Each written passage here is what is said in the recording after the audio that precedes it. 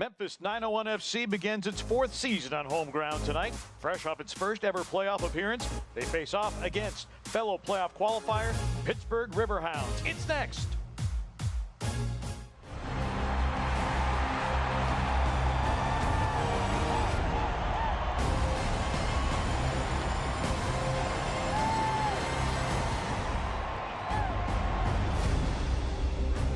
Good evening, everybody, and welcome to the excitement of USL Championship Soccer from AutoZone Park in downtown Memphis, Tennessee. Memphis 901 FC begins its fourth season.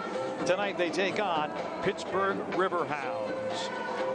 And we welcome you inside our broadcast booth. Pete Pranica, Tim Van Horn of the My Three Subs podcast on hand. We'll have the call for you. And Tim, we talked with manager Ben Pierman, and he said, yes, there will be some carryover after last year's success, but still, you start at 0-0 and you start all over this year. Sure, and unlike last year, we've actually got several holdovers from last year. We've got 9 guys back on the roster. We've got 3 of the 4 academy guys. They're gaining more experience. But more than anything else, the culture of belief has now been officially instilled. Remember, there was a time when Memphis would fall a goal down. It's like, oh no, here we go again. I believe that culture has now flipped on its head. Winning season last year, first ever playoff appearance, a lot to look forward to. Now, there's no Kyle Murphy, there's no Mark Segbers, but they weren't Kyle Murphy and Mark Segbers when they got here. So who's the next superstar? I believe Ben Pierman can cultivate a culture that grows the next one right here in Memphis. Hopefully. Now for Pittsburgh, they have some superstars. Russell Cicerone, the only player in the championship to be top 10 in goals scored and assists. He is one of the St. Louis FC players that dispersed after that team folded, and wow, Pittsburgh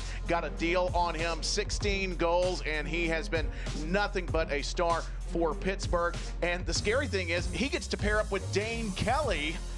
It's a 1-2 punch tonight. Memphis has got to be very careful in their marking here tonight at AutoZone Park. Yeah, you would imagine that Pittsburgh will put a lot of balls on frame tonight. For Memphis 901 FC, one of the holdovers, Laurent Kisiadou, 4 goals last year, and even changed his number this year. He did, and as the season went on, he changed his productivity too. I remember that beautiful goal from last season, but as the season went on, he was such a joy to watch develop under Coach Ben Pierman, and we think he's only going to get better with time. Should be a fun night to watch number 11, not 30, tonight for Memphis. Former product of the Atlanta United Academy, leads 901 FC against the Riverhounds. We're back with the starting 11s and opening kick from AutoZone Park in a moment.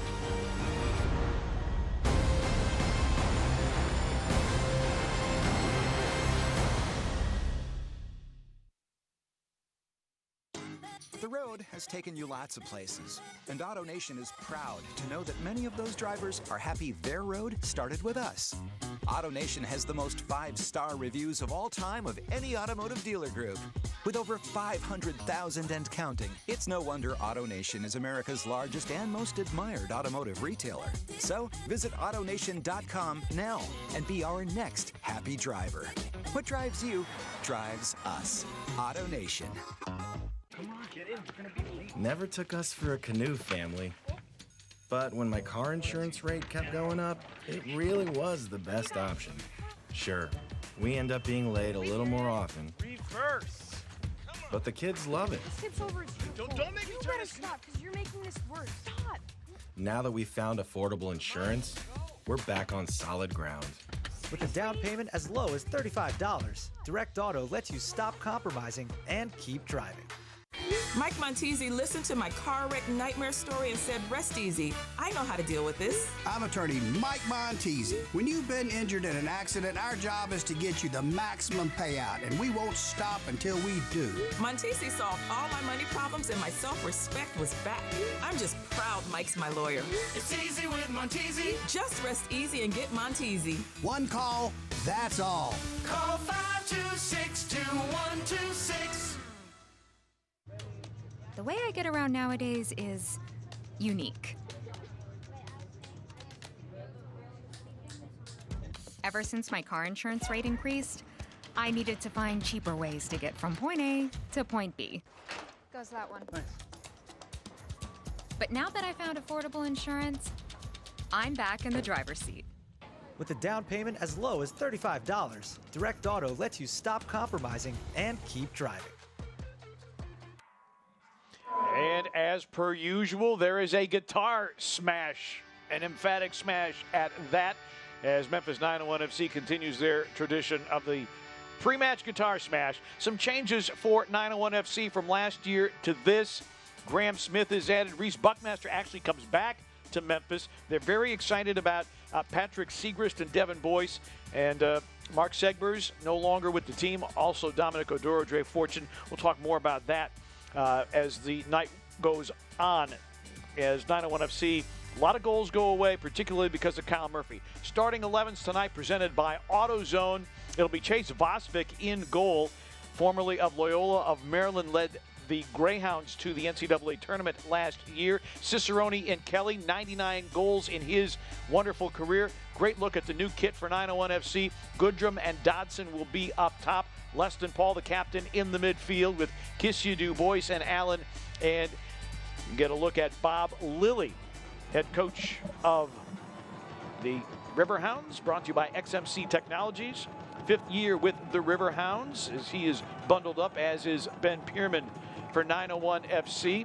We visited with Ben at training on Thursday when it was nice and warm at about 70 degrees, and we joked about the weather, and he said, yeah, I may break out the puffy coat. He and Bob Lilly look about as excited as most Memphians looking at their front yards. About 3 inches of snow in some areas. What a great job by the grounds crew. Look at the pitch.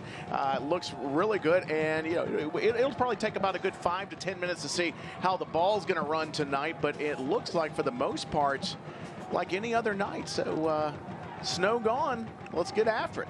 This is the 3rd meeting all time between the Riverhounds and 901 FC. Riverhounds winning both. 901 FC looking for their first goal against Pittsburgh. Last year, and a reason for the delay, Kissyadu getting a tape job, a retape job actually. Pittsburgh a year ago, 17-8-7. They were 3rd in the Atlantic Division. 901 FC 14-10-8. They were 3rd in the Central. And 901 FC, spectacular form at the end of the season to qualify for the playoffs. They won their last 2 regular season matches. Set a club record for victories. Also goals scored and points. 901 FC 50 points on the board last year.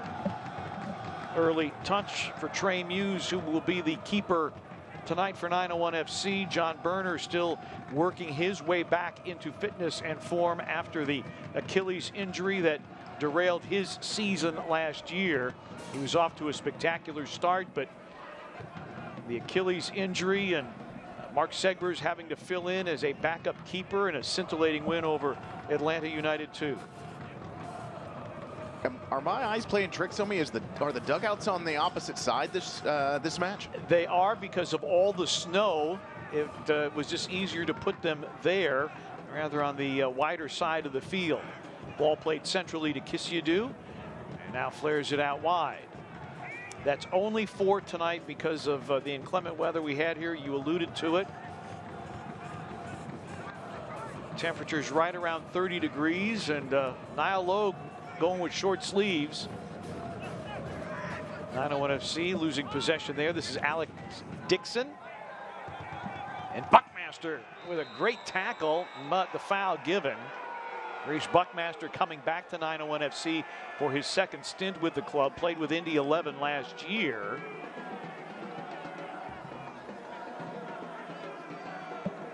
Yeah, just played right through him, took him down. So no malice in that, but first bit of physicality. Now, between Memphis and Pittsburgh, the previous 2 matches, Pete, have been very physical. We know under in 2019 and 2020, Pittsburgh were able to impose their will. Now, Memphis lost one of those matches, 1-0. The other was 4-0, but Pittsburgh played. I remember the match because anytime Memphis would get within about 35 yards, they would foul Memphis and dare them to beat them on the restart. But we saw last year, Pete, Memphis much better on restarts, the free kicks, corner kicks, doing a really good job. This is Leston Paul. This club has grown enormously, particularly over the last 2 years with Ben Pierman taking over as the interim from Tim Mulqueen, now in his 2nd full season. I talked with Reese Buckmaster yesterday, and he said, look, we have all bought into what Ben is telling us.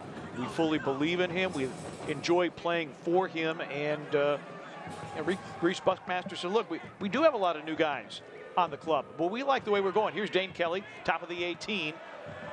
And he is dispossessed. Dane Kelly going for a milestone tonight. Dane Kelly, 99 goals in championship play. That is the most in the history of the league. There's a challenge by Ordonez. And the foul given there. Goodrum going to ground. Our referee tonight is Kevin Broadley, assisted by Justin Howard and Shane Kennard. Wes Coet is our fourth official tonight.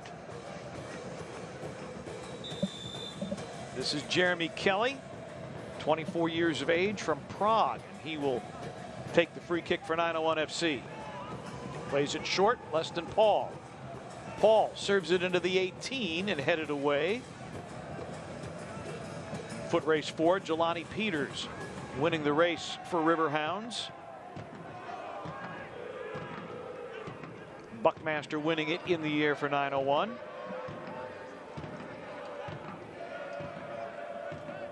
Still a lot of injury issues that 901 FC is dealing with, and a 901 FC foul here is Robbie Dambrot out of Akron, Ohio, going to ground, playing his 3 previous seasons with Loudoun United. Yeah, and if you look at the Memphis bench tonight, they've got most of their academy guys are on the bench tonight. So you would suspect, as a few of these Memphis guys on the IR get back onto the roster, you may see some of those academy fellas. While they're getting a lot of good experience in practice, and we'll see. I think all of them saw time last year. I think maybe Simeon Bedapudi did not, but I think as the season goes on, they'll get their time. But I know Ben has a certain reason that he signed guys, and I know he's looking forward to getting them healthy. Kishidu's pass is intercepted, but then kept by 901.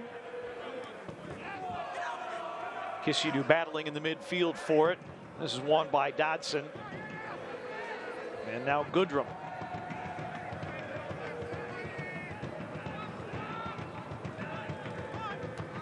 The early matches are always intriguing. A lot of new players, new combinations. A lot of adrenaline, too, plus a soccer ball that's probably as hard as a boulder tonight in this. I don't know if I would want to be kicking this. I don't envy what they're doing. Temperatures about 30 degrees or so. That's kept in play by Dixon and then sent out.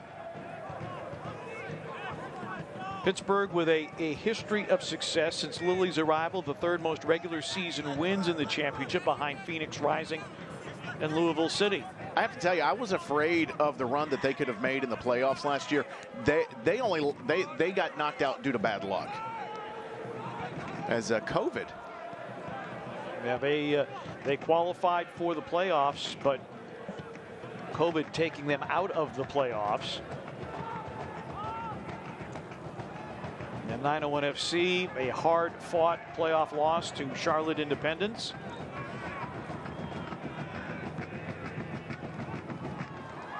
Get a good look at Trey Muse. Was with San Diego Loyal last year on loan from the Seattle Sounders. Kelly with a drop-off. Cleared away. Out of play for a Pittsburgh throw-in. And he needed to do that. Alex Dixon was actually streaking through on the backside. If he would have been second to the ball, Dixon would have had an easy, good look at Trey Muse if they were able to slide it to him. But Memphis 901 FC holding their shape early. Muse, like Reese Buckmaster, a product of that great Indiana University soccer program. Also a member of the U.S. junior national teams. And he is in between the sticks tonight. John Berner, I would assume, when he is fully fit and healthy, will be the keeper. It's a run by Dambrot, dropped into the 18, sent away by Logue, and that will result in a corner kick for the Riverhounds, their first of the night. And you and I have seen John Berner at practice. He is participating. But apparently the medical powers that be say, not yet, John. And essentially the goalkeeping coach for the club. He is a leader without the job title. He is. Andrew Romig is the other keeper. Romig is on the 18. This is Canardo Forbes. trying to go far post and making no connection whatsoever. So a goal kick coming up for 901 FC. Talking with Ben Pierman on Thursday, he said what we're trying to do against Pittsburgh, we're trying to create overloads as much as we possibly can. Move the ball crisply, get it into spaces where we feel that we can make Pittsburgh suffer.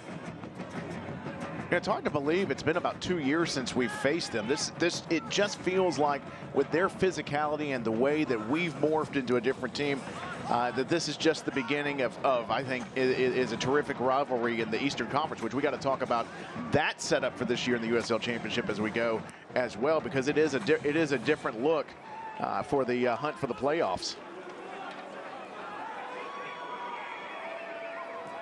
Also intriguing the way the schedule is built. Neither one of these clubs will play more than 2 home or road matches in a row. So the days of the 4-match road trip, as it were, those are gone. That long ball is sent out by Ordonez, so a throw in for 901 FC.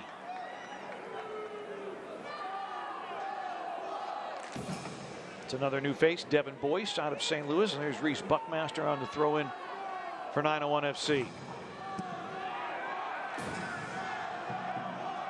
It's held by Leston Paul. Trying a combination now, going forward.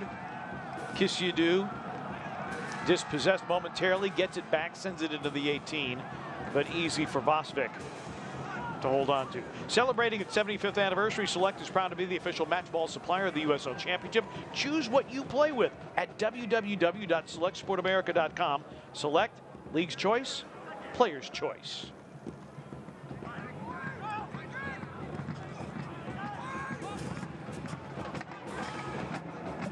It's settled by Kelly for 901.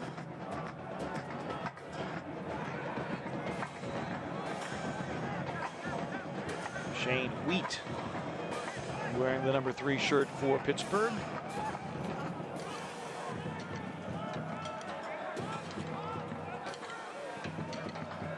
Into the 11th minute, Tim, and not a whole lot of connected possession by either club so far. No, in the one shot by Kisyadu, it was more of a scuff than anything else. It wasn't a problem at all for Vosvik. And really, the only challenge for Pittsburgh was when Dane Kelly came swooping in, trying to dispossess Trey Muse. So early on, trying to get settled in. Not only is it the first match, but you've got cold weather, and you got guys that are trying to get used to each other, because you do have several injuries and guys out for tonight. Campbell Clinic injury report: Zach Carroll out, Burner out with the Achilles, as we talked about. Luca Turci and Matthew Brooker, one of the academy players, not able to go tonight. And a reminder that Campbell Clinic has a walk-in clinic at all locations, and a Saturday walk-in clinic in Germantown, evening walk-in clinic till 8 o'clock in Germantown and in South Haven. CampbellClinic.com for more information. Dixon sends it in. Logue heads it away, but it goes to the far side. That's chipped in and headed out of play, so a corner kick coming now for the Riverhounds. Yeah, it's a good in-swinger by Dambrode, but the header by Memphis. I think Trey Muse, it took him a second to figure out, get his bearings exactly where it was. Unfortunately, that one was about a yard or so over the bar, stuck in the net for a corner kick. Canardo Forbes, he just sounds like a Pittsburgh guy. Forbes Field. It's just a Pittsburgh name. Except he's from Jamaica. Yeah. But it will be Forbes, the all-time USL Championship assist leader, with 45. So they have the leading assist man in championship history, and Dane Kelly, the leading goal scorer in championship history. They've got weapons. That over the hands of Muse, and we've got a foul called in the box, and so it will be possession to Memphis here in the 13th minute. Did I see him put corner kick gloves on, like batting gloves? It's entirely possible. I would in this weather. I don't blame him. Those that are playing in short sleeves, you have our respect and admiration. So what do you think about this shade of blue kit from Puma? I love it. Best kit best kit the club's had. This reminds me, if Arsenal were in the Champions League and needed a road kit, it reminds me vaguely of a blue that they may try to pull as a third kit. And now, you being an Arsenal man, I thought I would play on your heartstrings. I appreciate that. I've got a lot of Arsenal shirts. They've gone with blue and gold as one away kick, but that was back in the day.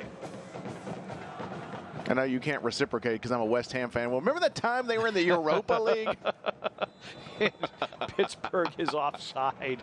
That time they finished 9th.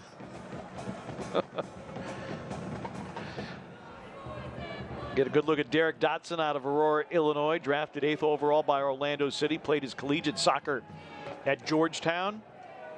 Boy, that's a powerhouse college. They churn out some terrific men's soccer players. Looking forward to him and also seeing what Philip Goodrum from the Atlanta United system can do, because he used to be a headache for us when he was on the other side of the field.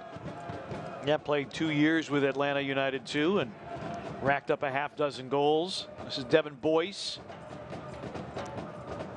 Kishidu is dispossessed at the touchline.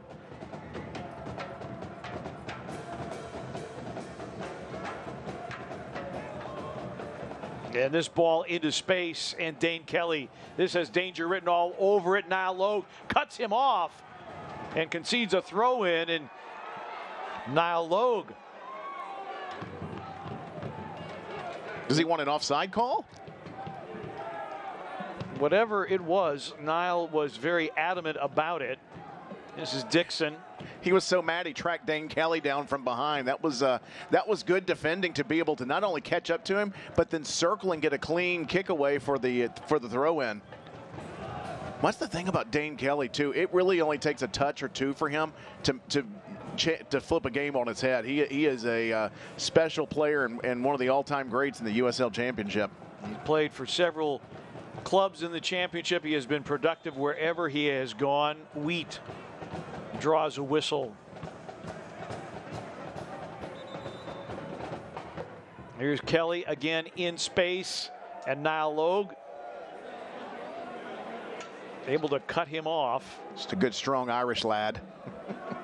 That's why he does. That's why he's wearing the short sleeves. It'd take his citizenship away. Wear sleeves.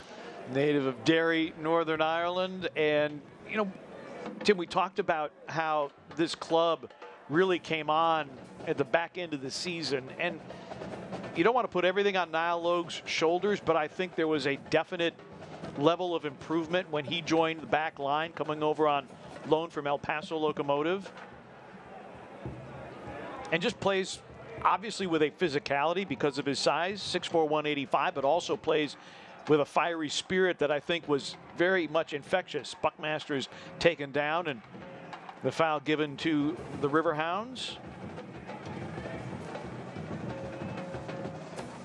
You know, you take him and you take a Zach Carroll when he's healthy, and you have two towers there in the middle of the defense, and that helps a lot on set pieces, the corner kicks, and the aerial balls. He provides great cover for the goalkeepers as a center back. He is mature beyond his years. See if there's an opportunity here for 901, but they are offside. Well, it's an early season clash out west. El Paso Locomotive FC welcomes New Mexico United. Don't miss out as the next chapter of USL Championship Soccer continues Saturday, March 19th at 8 p.m. Eastern on ESPN Deportes.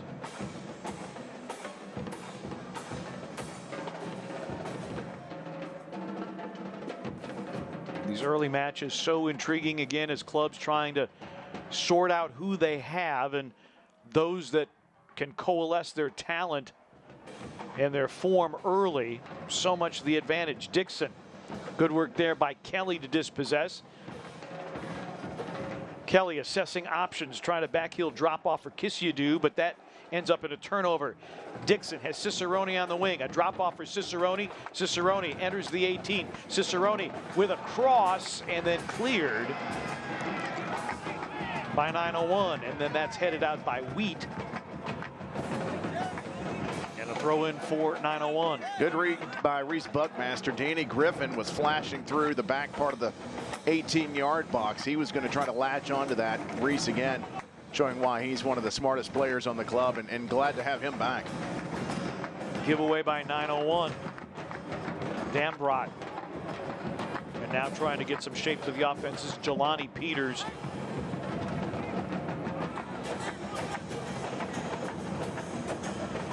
Buckmaster has some MLS experience with Red Bulls and also some time with Red Bulls 2. Forbes looking to distribute. Dixon.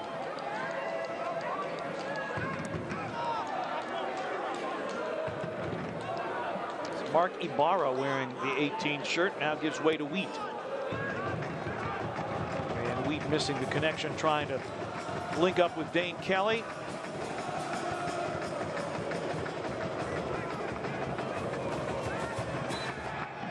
And the foul is indeed whistled there. Boyce going to ground. Boyce last season with Union Omaha of League One.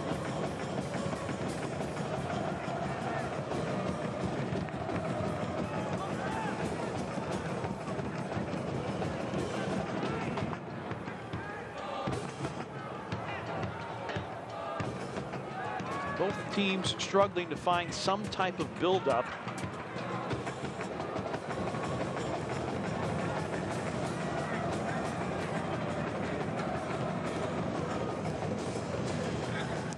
Now 901 trying to get some shape to their offense.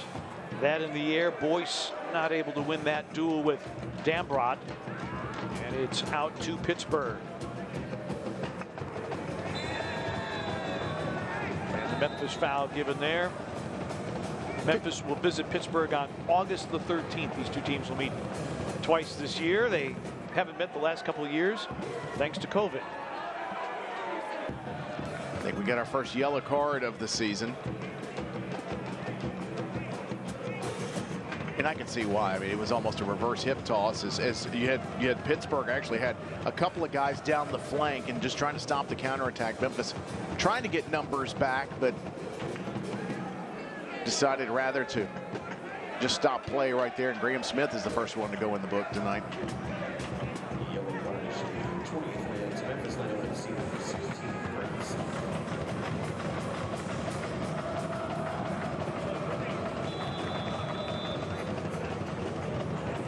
Graham Smith with yellow. Bluff City Mafia pounding the drums. And tonight, not only for the auditory entertainment, but also to stay warm, I would imagine.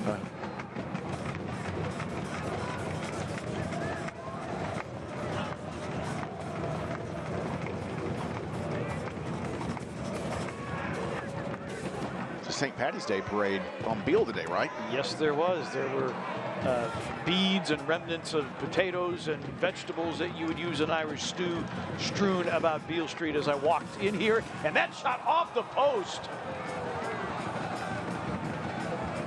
First shot of the match. A laser, but off the woodwork. Kissyadou on the counterattack, trying to link up with Boyce. Boyce battling for it, and the Riverhounds will concede a Memphis throw-in. Wow, Cicerone with a post rattler on the other end. Memphis, to their credit, quickly on the counterattack, but he let fire. And that caught the inside of the post, Pete. I thought that one was going to go inside and tuck away for the first goal of the season, but Memphis and Trey Muse, I don't know if that's the luck of the Irish, but it's certainly the luck of the inside post.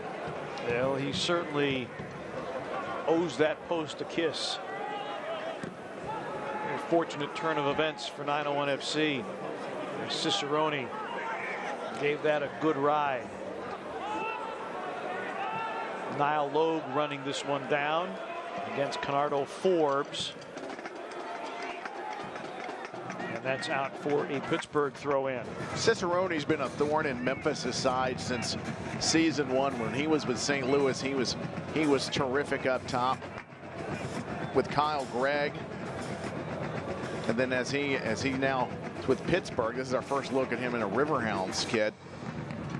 But he's been one of the best in the USL Championship. Those 16 goals last year. He picks his spots. One of the most accurate shooters, not just in the Eastern Conference, but in the whole league. and 8 assists. He was the only player in USL Championship to be top 10 in the league in both goals scored and assists.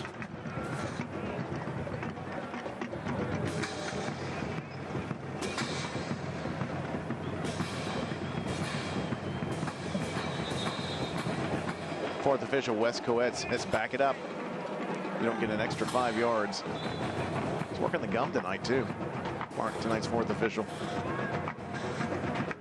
Anything to keep yourself in motion to deal with the chill tonight, probably a good idea. And to forget. And to forget how cold it is. I grew up in Wisconsin, so this is not cold. However, for the Mid-South, and you can see there on the tarps at the top of your screen, still snow on them. Which did get above freezing, but not by much. Kelly. Goodrum. Goodrum lays a ball out there and played by Vosvik, trying to link up with Boyce. Boyce made a run, but Vosvik coming off his line to make the grab.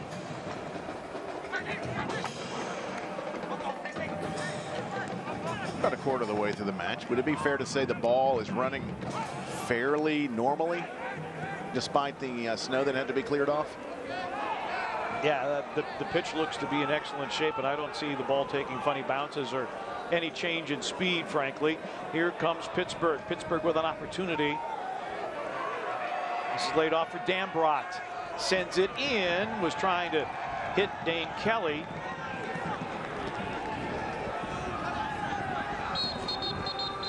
And we've got a whistle behind the play and a Memphis foul. Just the slightest of touches by Niall Logue, saving that. Dane Kelly was on the back doorstep. Derek Dodson looking to clear it down the pitch here, but you can see the pass across, or the flick across, and Niall Logue just getting enough of it to get it out of harm's way. As a good ball in from Robert Dambrot.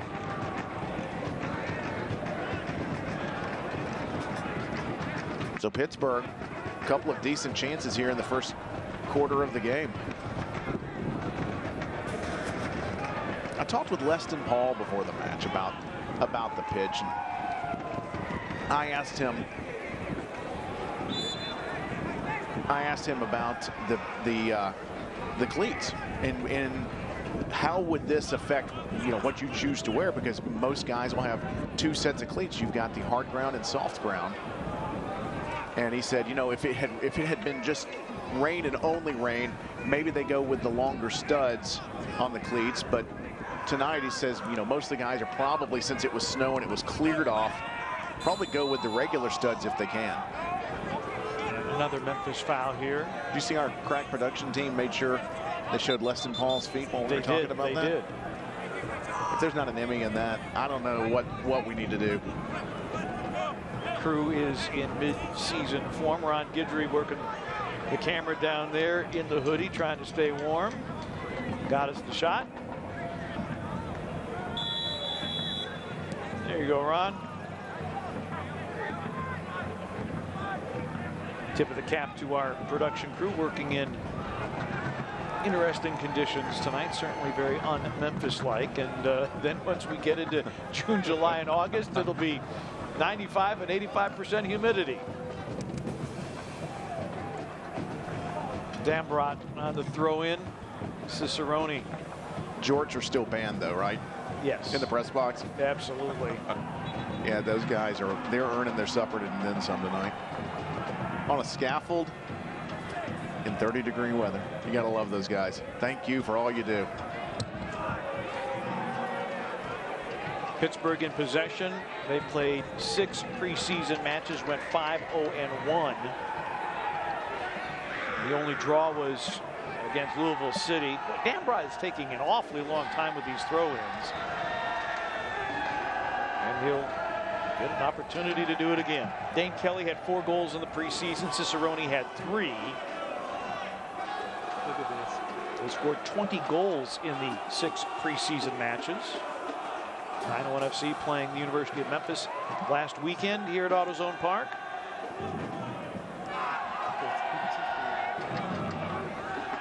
Also played Chattanooga Red Wolves in a closed-door match, too, showing some love for some of the other divisions in the USL. Well, we're seeing some of the players come up from those divisions, so it's exciting.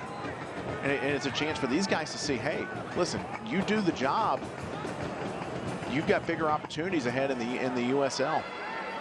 Forbes lays it off to Dambrot, giveaway.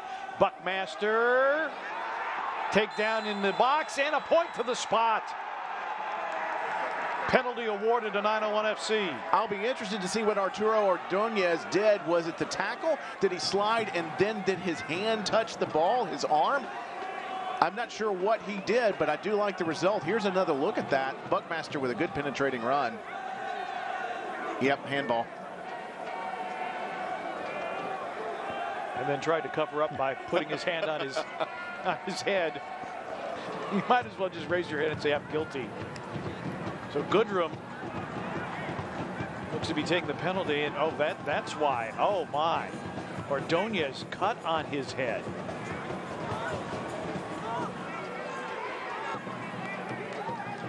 Bob Lilly in disagreement with the judgment of the referee. So Philip Goodrum out of Nashville, Tennessee. Originally drafted by Atlanta United, played the last 2 seasons for Atlanta United too. An opportunity to score the first ever goal by 901 FC against Pittsburgh. Thank you, sir.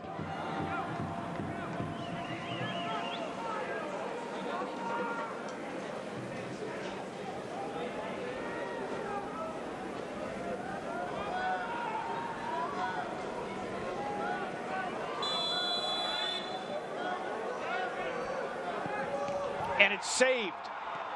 Vosvik saves the penalty.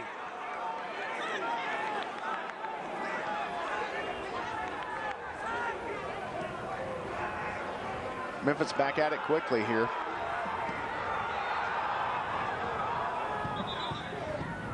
And that is out for our first Celtic Crossing corner kick of the season for 901 FC.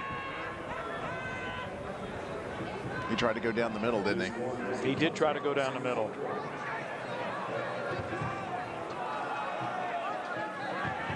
Best opportunity of the night. The half-hour mark goes wanting for 901 FC, but an opportunity here off the set piece. Chris Allen, the Englishman, sends it away. Far post. Lowe got a head on it. Still bouncing, and Vosvik takes charge of the situation for Pittsburgh. Pittsburgh still playing with a man down. Let's hope Ordonez is okay and that he can get back into the match as soon as possible. I wonder if during that play, as he fell back, as he slid in, if maybe the bottom of a cleat grazed his head. It's very possible, because there were a couple of bodies that were flying through the box at the time. That had to have been it, and a cut on the scalp is very difficult to deal with. Now here's the challenge for Memphis 901 FC. That takes a little bit of a wind out of your sail if you let it. Now Pittsburgh with their tails up, flying high here, trying to strike something quickly with a little bit of momentum.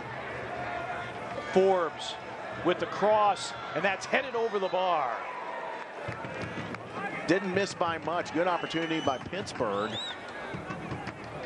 Cicerone was there, and Canardo Forbes, brilliant at service. And some good news for Pittsburgh. Ordonez is back on the pitch. He came in on the backside of that play. So Pittsburgh back at 11v11 here in the 32nd minute.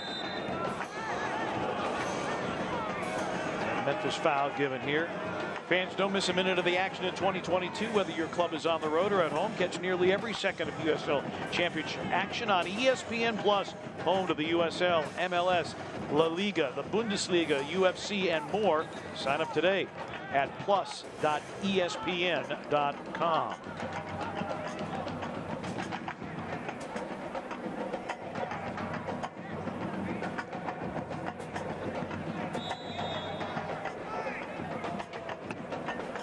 Memphis a 3-1 advantage.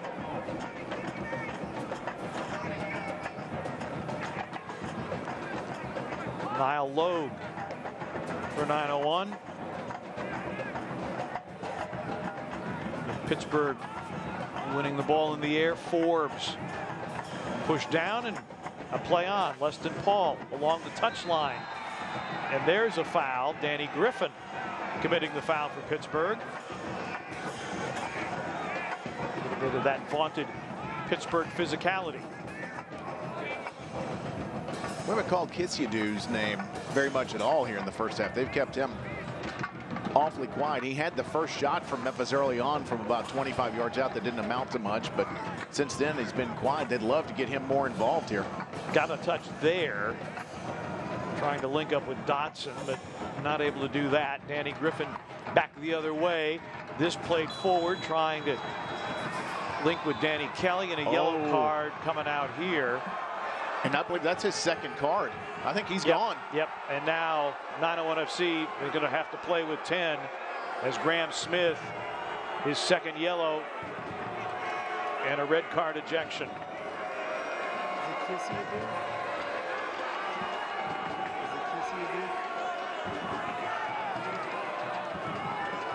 No, I don't know about that second yellow.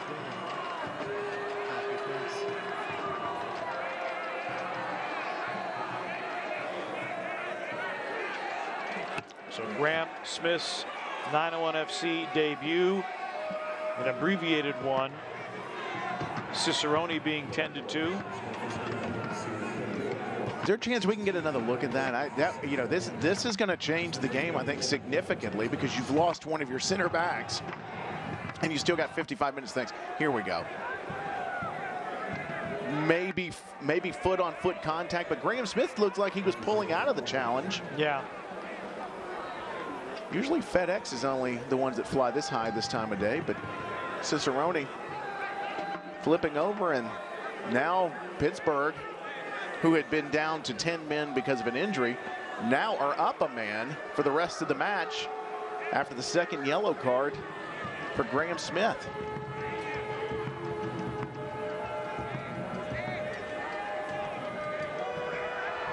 Now the question is, does Ben Pierman have to go to the well early to replace his other center back?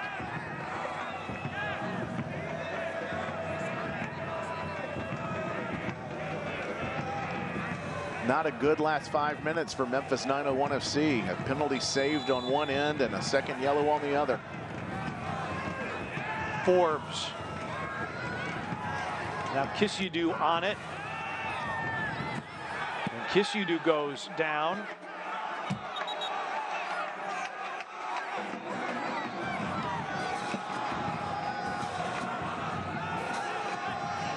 Discipline shown on this. Dane Kelly says, I'm just out here minding my own business.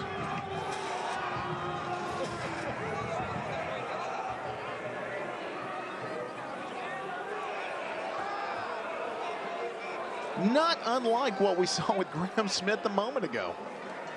I guess it depends on your vantage point, I suppose. And really, I say that in the spirit of let's keep 11 on both sides as long as we can. Yeah, the result is harsh for 901 FC, with Smith being sent off with the second yellow. And so now this is going to be a situation where Kevin Broadley is going to have to be consistent and make sure that the physicality doesn't get out of control, because clearly the temperature, not atmospherically, but metaphorically and soccer-wise, the temperature is being raised.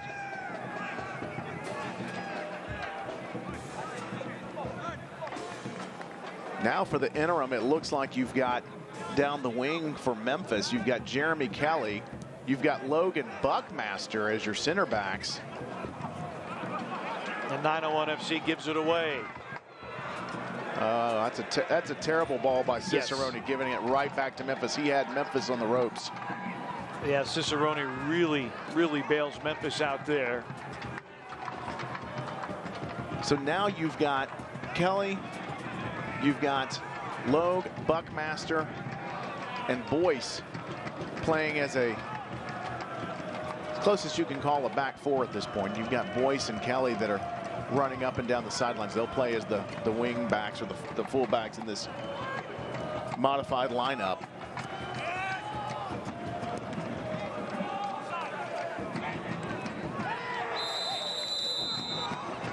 And Kelly goes down after a collision with Loeb.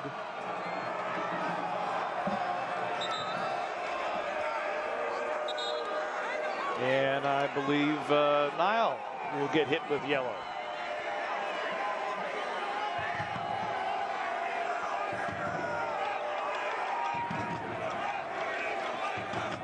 It looked like the previous one where Kitsyadu was taken down.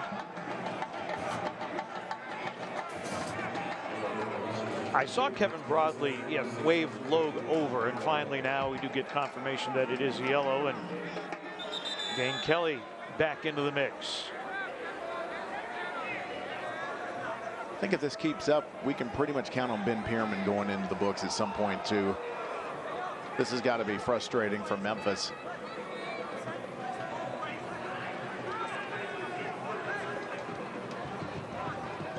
So cold, the foam doesn't work.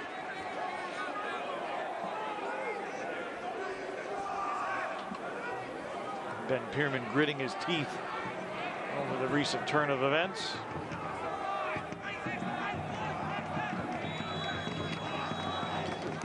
Forbes over it. Cleared out by Leston Paul, but held by the Riverhounds. Chipped into the 18. Forbes crossing, trying to connect with Kelly, but cannot. And a goal kick for Trey Muse at 901 FC.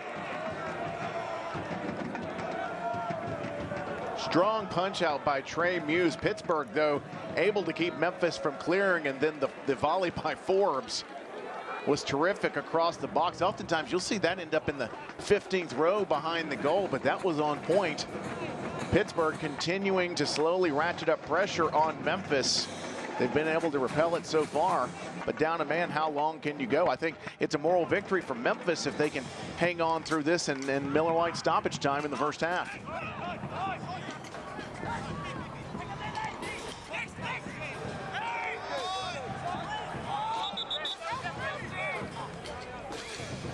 Foul to Memphis here. Memphis was lobbying for a Pittsburgh foul.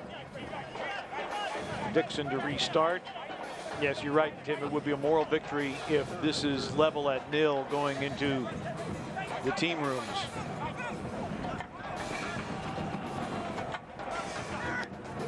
Dotson. Forward for Goodrum. Goodrum, who had his penalty saved by Vosvik earlier.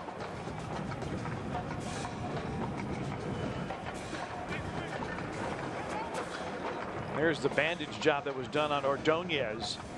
It was the collision or the foul by Ordonez that resulted in the penalty that Goodrum took and Vosvik saved.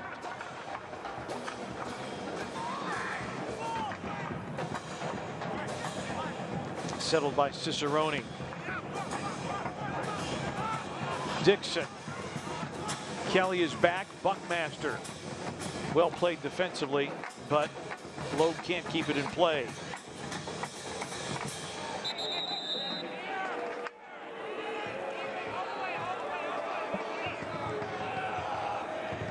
Memphis will be home next Saturday. They will have their first ever meeting with Oakland Roots. And then they go to Las Vegas and Detroit City. Ben Pierman coached Detroit City when they were in the National Premier Soccer League. Racked up 49 wins while there.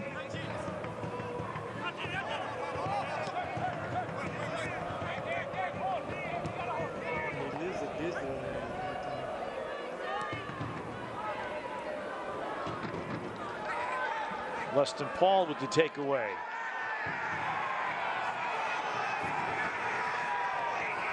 And Leston Paul unhappy with the lack of a whistle.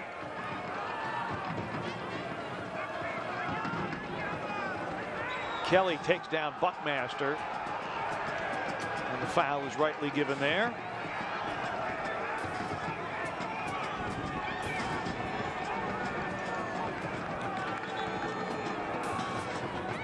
And Ben Pierman with some decisions likely at halftime. Talking with his staff, with Devin Rinsing, trying to sort out, okay, we've made it this far, but what's our shape going to be in the second half? And do you keep Buckmaster in the center of the defense? I mean, he was brought in to work the wings, but he is taking care of business, and he's thwarted a couple of really dangerous opportunities for Pittsburgh. He's been right man at the right time, but one thing Memphis will miss is that height in the middle of the defense to go with Niall Logue. Now Graham Smith at 6'3". In case you're just joining us, sent off with his second yellow in the 34th minute.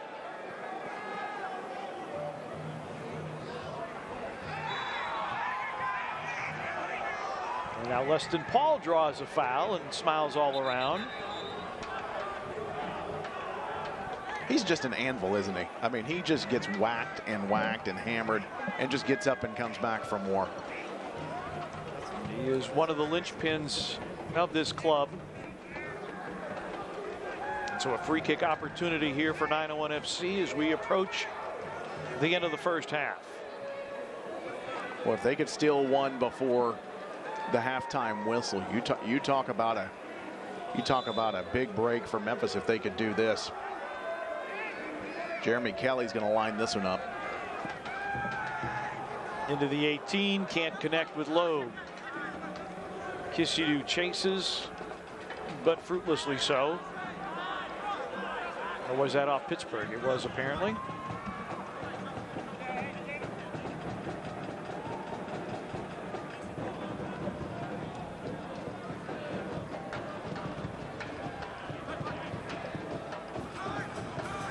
See how much Miller Lite stoppage time we have coming. Can't imagine it will be too large a number. 3 minutes. 3 minutes of Miller Lite stoppage time. Am I reading this correctly? Pittsburgh doesn't have a shot on target yet? Yeah, I was interested on that. I didn't know if it was slow to update, but I guess that shot off the post did not count as one on target. Yeah, it didn't go in, so I guess. Didn't go in and wasn't saved. Yeah. So Memphis actually 3 shots on target. All 3 of their shots have been on target. Pittsburgh with 2 shots, none on target. That was Cicerone that nailed one off the woodwork. You know, Ben Pierman has a couple of options. If he's going to add another defender, he's got Segrist, he's got Myers that he can look at to come in. But I'm sure he's, you know, and this is the bad thing too, Pete, is that this really probably deprives Memphis the opportunity for Ben Pierman to see the team flex its offensive muscle now. You're trying to hang on defensively and see if an opportunity falls in your lap that you can convert.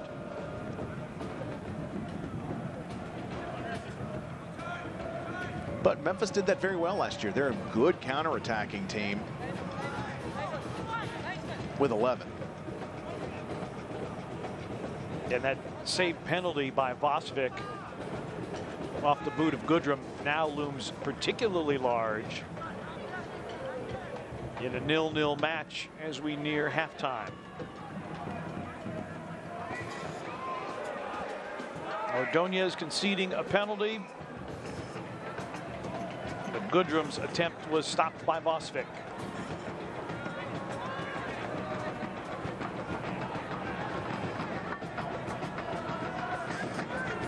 Skied where Dixon looks to settle, chests it down, sends it over Kelly, and it's a goal to the Riverhounds.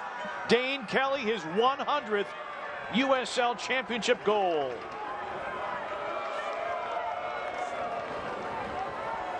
And it all started with a shank from Kisidu. I have no idea where that ball was going. I'm not sure if he did, but it fell right to the feet of Pittsburgh within our defending half. Next thing you know, the through ball slides across.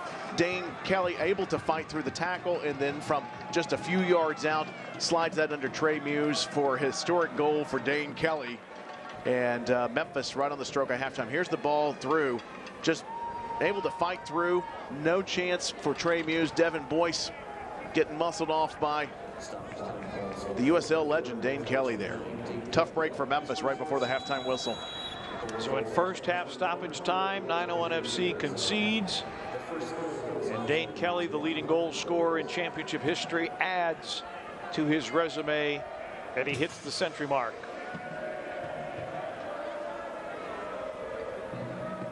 And the goal came from something not unlike what we've seen earlier in the evening. They've tried a few over the top and have come close, but they've also tried to slide a few across the box as well. And unfortunately, when you've got a Dane Kelly, you've only got to be right one time. And Dixon did a good job settling and getting the ball to Kelly. Maybe one last shot here from Memphis in the first half. Dodson playing it forward. Can't get it to Kissidu. And there's your first half whistle. Dane Kelly in first half stoppage time.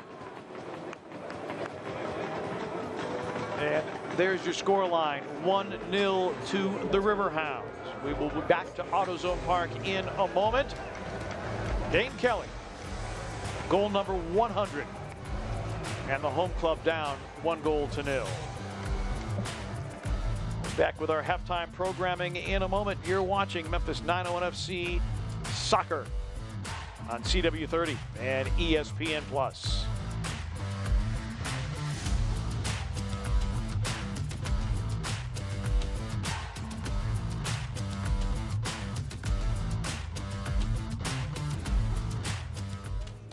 The way I get around nowadays is unique. Ever since my car insurance rate increased, I needed to find cheaper ways to get from point A to point B. Goes that one. Thanks. But now that I found affordable insurance, I'm back in the driver's seat. With a down payment as low as $35, Direct Auto lets you stop compromising and keep driving. FedEx employees, have you heard? There's a financial institution just for you. FedEx Employees Credit Association. Join today to get bigger returns and competitive rates on savings, checking, loans, and investing services. Visit FECCA.com to apply. A drunk driver hit us head on, not knowing what we was going up against, a multi-billion-dollar company. We needed somebody to be our voice. I am so glad that one of my family members told me to call the Reeves Law Firm. It was hard to walk away from the insurance company offer, but I trusted that the Reeves Law Firm could get me more. The jury awarded us $1.8 million. Call us. Let us be your voice. FedEx employees, have you heard? There's a financial institution just for you. FedEx Employees Credit Association. Join today to get bigger returns and competitive rates on savings, checking, loans, and investing services. Visit FECCA.com to apply. The straight skinny on injury cases is that everyone will tell you that it's easy to settle your case. And it is easy, as long as you're settling for peanuts. If you want the money that you deserve, it's gonna be a fight. But this is your life. Your life is worth this fight. Pick up the phone and call me now. 888-WE-FIGHT. Make the call. Let's get it all. 888-WE-FIGHT. At AutoZone Park tonight, one half in the books. Pittsburgh with a 1-0 advantage over 901 FC. Pete Pranica, Tim Van Horn. This was an opportunity for 901 FC in the 29th minute. Goodrum's penalty is saved, and then the second yellow to Graham Smith. He is dismissed, and now it's 11-10. How often does this happen in soccer? It's the most cliche thing. Penalty saved, the other team comes back with some sort of momentum. No, it was not immediately in the form of a goal, but it was a man advantage for the next 55 minutes. As you said, the second yellow card by Graham Smith, a center back, and now Ben Pierman is now not only facing a decision on formation for the second half and maybe compromising some of the attack, but then at the end of the first half, you had Dane Kelly do what Dane Kelly does, and that is score. And, of course, that he reached the century mark right before the halftime whistle. Chilly night at AutoZone Park, 1-0 to the visiting side. Pittsburgh 1-0 over 901 FC. More halftime on the way after this.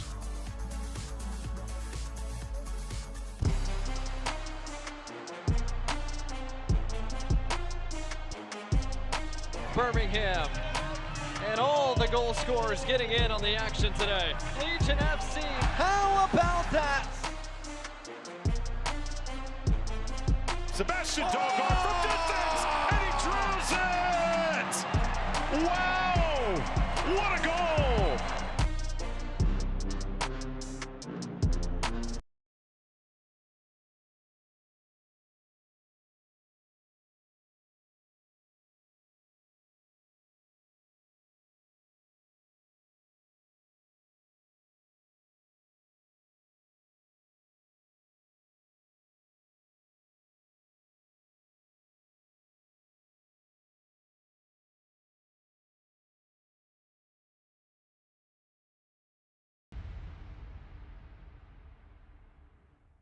Goes topics.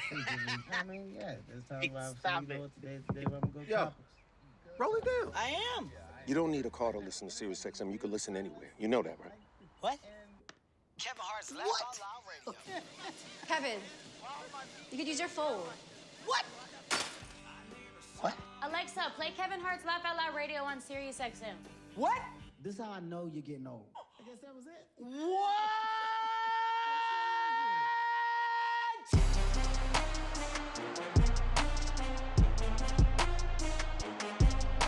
Birmingham.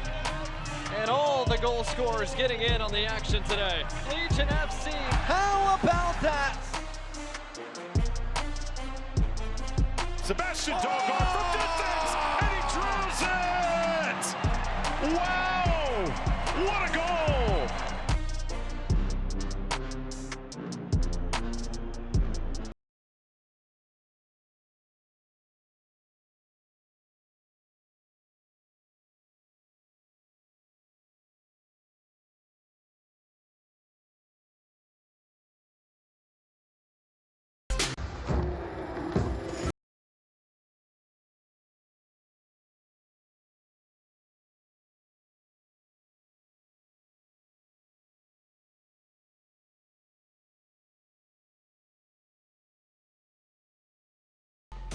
.901 FC at home tonight at AutoZone Park. They got Oakland Roots in here next weekend, but right now Pittsburgh a 1-0 advantage over 901 FC.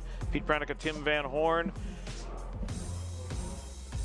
Yes, that is snow. That is snow in Memphis that we got last night and are still in the process of clearing out. And they're on spring break, by the way. How ironic is that? Yeah, exactly. What are some USL storylines that you should be tracking right about now, if you're not shoveling snow? Muse on loan from Loudoun United, played 15 games last year for San Diego Loyal, starting tonight. Birmingham opening a new stadium, 15,000 fans dedicated to Legion FC. And Dane Kelly, yep, the first 100 goal scorer in USL history. He's bounced around, he's been on different clubs, but wherever he is, he just manages to find the back of the net unlike anybody in USL Championship play. The goal's same size wherever you go, and he's got that figured out for sure. He has a nose per goal, and he got the only goal of tonight's game. Let's see what else we have going on in USL Championship Soccer, the opening weekend for the championship. See if we can check the scoreboard here. Loudoun United at full time, or in the 90th minute anyway, over Indy 11. Charleston Battery 1-0 over FC Tulsa. Boy, 901 FC and FC Tulsa had some battles last year. 20th minute, Louisville City over Atlanta United 2, and the Miami FC also at halftime leading Red Bulls 2. And we know who plays for Miami FC, Segbers and Kyle Murphy. They do indeed, and boy, they were linchpins of the club last year. Your Toyota halftime stats: Memphis the better of it on possession, more shots on target, winning the duels. But Memphis playing with 9 men as Graham Smith with 2 yellow cards in that first half. And 901 FC the edge in passes, but Pittsburgh the edge in corners. It was a first half, Tim, where neither side really put together long spells of possession, and if not for, as you aptly put it, a shank by Kissidou on an attempted clearance, this may well be a 0-0 match. Yeah, very much so. It was nip and tuck, and the fouls, by the way, Pittsburgh has committed 9 fouls. It's a little more evenly than that, but I tell you, just the fact that the 2 yellow cards have come into play now, and this was going to be a getting to know you night for Memphis 901 FC fans, the new players that have come in, of course, the new kits, and now Ben Pierman now has to go to the bullpen early, go to his bench, and I would suspect, if not at the start of the half, perhaps a few minutes in, he's going to have to change that formation, because Bob Lilly's sitting in there right now thinking, we've got a guy up now. One of their tall guys is out. Buckmaster, who's a winger, is playing in the center. If they don't change, you can bet your bottom dollar they're going to try to exploit that in the second half. So Ben Pierman's got to get ready to make a counter move. Yeah, Graham Smith at 6'3". That is what 901 FC loses. Reese Buckmaster, he's only 5'9". There is a size differential. All right, we'll step aside here. Halftime continues at AutoZone Park. 1-0 to the Pittsburgh Riverhounds.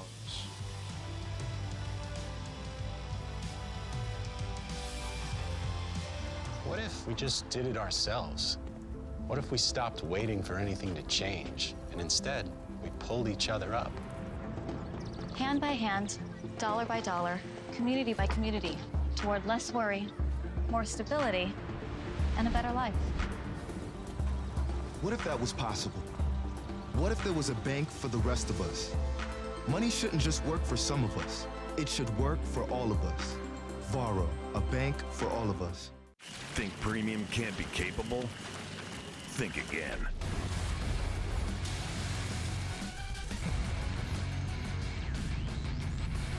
The GMC Sierra AT4. Premium and capable. That's professional grade from GMC. Get 0% financing on GMC Sierra Limited Crew Cab models. Plus, current eligible GMC owners get an additional $750 purchase allowance. The straight skinny on injury cases is that everyone will tell you that it's easy to settle your case. And it is easy, as long as you're settling for peanuts. If you want the money that you deserve, it's gonna be a fight. But this is your life. Your life is worth this fight. Pick up the phone and call me now. 888-WE-FIGHT. Make the call. Let's get it all. 888-WE-FIGHT. Don't just rely on your cell phone to connect to the internet. Get Xfinity Unlimited Mobile with 5G and home internet for only $24.95 a month when you qualify for the Affordable Connectivity Program and Internet Essentials. Get fast, reliable internet at home so you can do more streaming, chatting, and gaming, plus a modem included at no extra cost. Act now and get Xfinity Unlimited Mobile with 5G and internet together for just $24.95 a month, only from Xfinity. Click, call, or visit a store to learn more. Aha!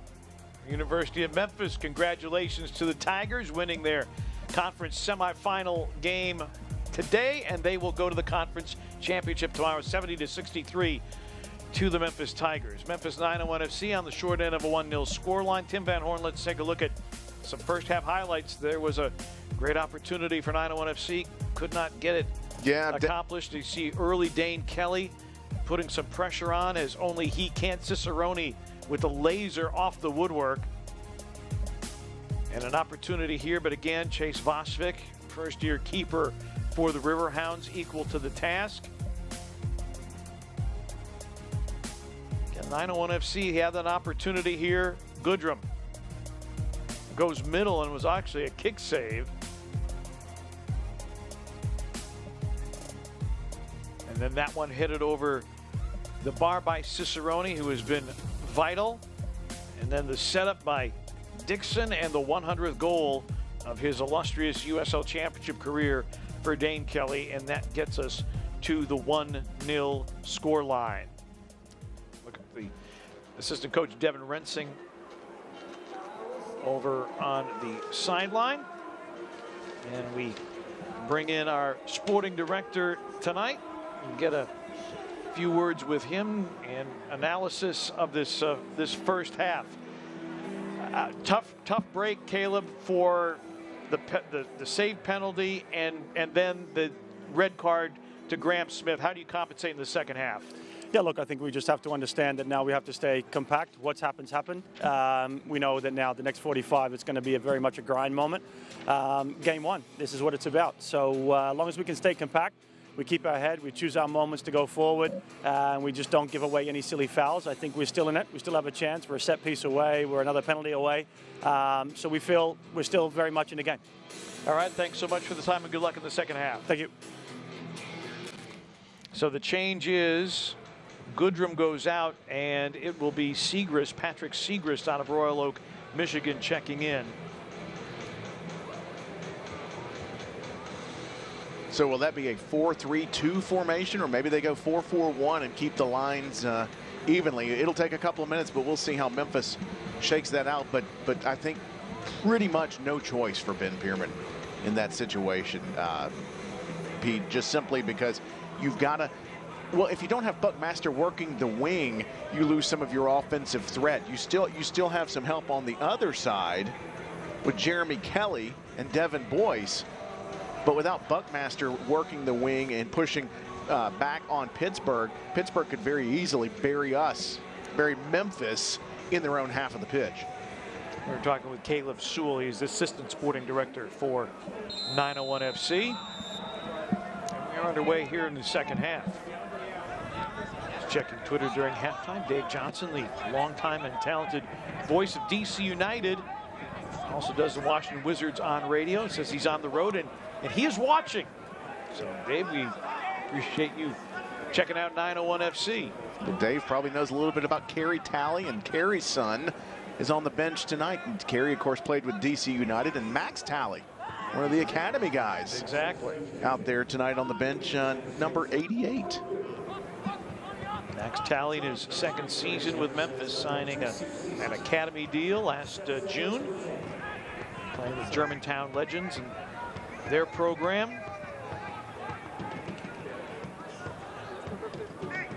There's Patrick Segrist working down the touchline. Did you have academies growing up? I played for the purple team. No, we didn't have soccer academies in northern Wisconsin. Although the high school I attended, they did have a very good soccer program.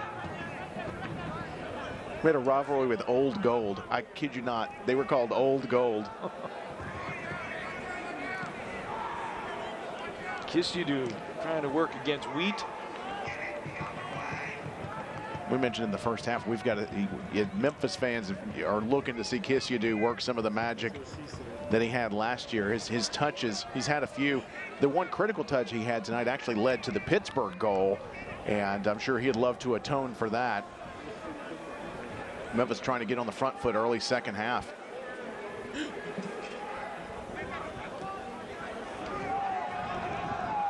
Perhaps an opportunity here into the 18. Dodson, but a simply played ball into the hands of Vosvik. It's great defending by Jelani Peters. He put a shoulder onto Dodson and really nowhere to go but to go with his off foot right into Vosvik's arms. But it did show it was a signal of intent from Memphis to get a push down the wing. Now the question is, if you get that again, can you throw more numbers without sacrificing on the counterattack? But that's Ben Pierman's got to like seeing that in the opening minutes.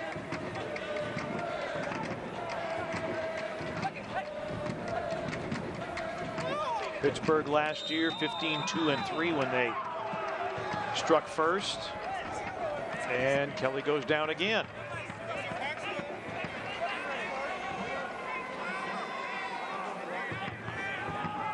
At least the third time that Kelly has gone to ground tonight. Let's see how that happened. Looks like maybe a little high elbow from Chris Allen.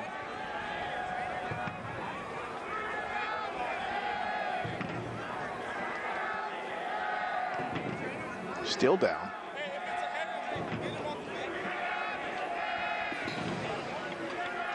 Any medical attention is given, but nothing yet.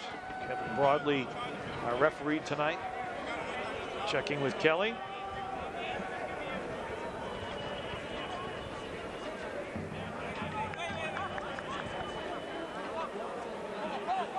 And don't be surprised if Pittsburgh just tries to drag this match out slowly. This is the MO of Bob Lilly's teams.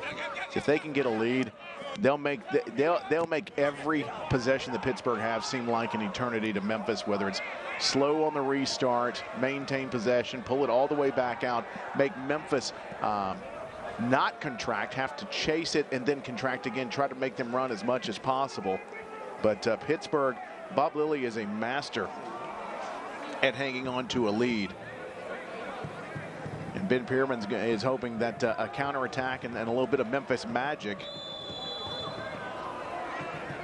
will be just the thing. Bob Lilly, a former USL Coach of the Year, winner of the USL Cup as well.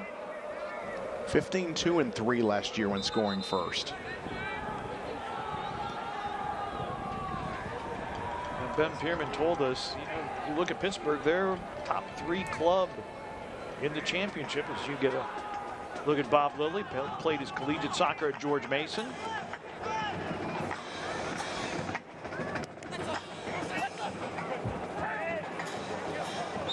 And Kelly and Pittsburgh offside.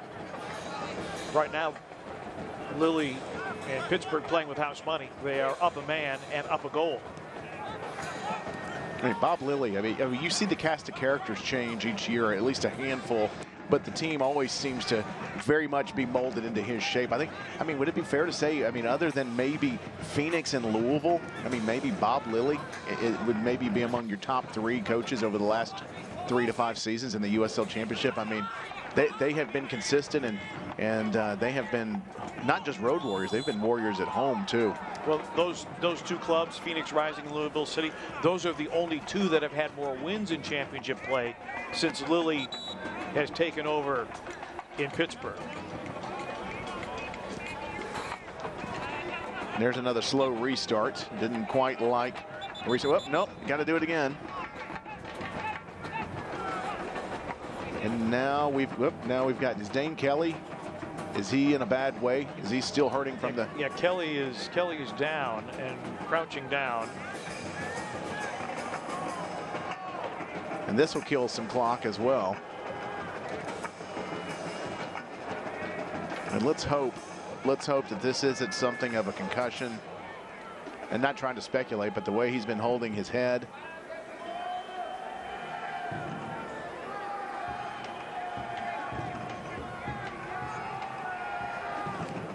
A lot of standing around now on this chilly night. Kelly back on his feet.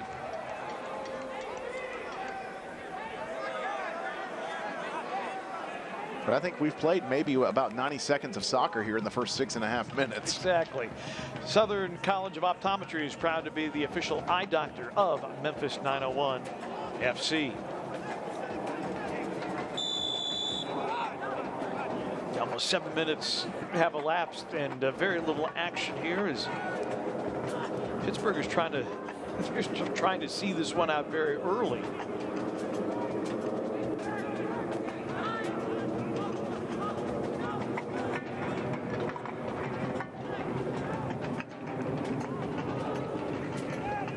Forbes gives way. Nixon's pass is intercepted. Here's Kissidu. Kissidu works against Griffin. Now Leston Paul.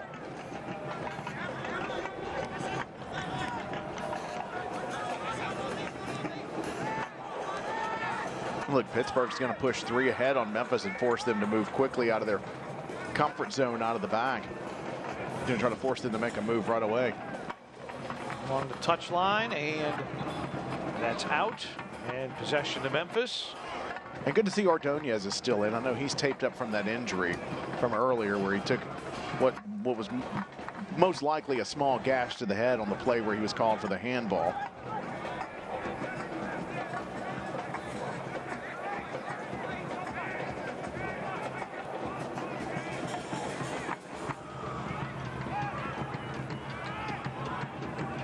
This will be out to Pittsburgh. They'll walk around a little bit. But hey, you know what? If you can get away with it, if you're good at it, you get away with it, then why not? Riverhounds opening on the road for a 5th consecutive season. They are 1-2-1 in the previous 4 openers. Ball played into space and blue shirt nearby. Chase Vosvik, 4-time Patriot League goalkeeper of the year for Loyola of Maryland. All 3 keepers that Pittsburgh had on their roster last year, none of them have returned. It's an all-new keeper core, and Kissiadou unhappy about the lack of a whistle.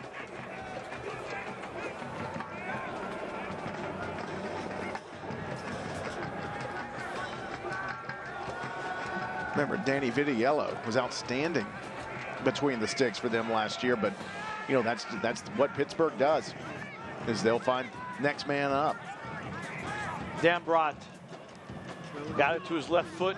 Cicerone triple marked, and great defensive work there. That was very well done by Kelly, but it doesn't result in an opportunity for 901 FC.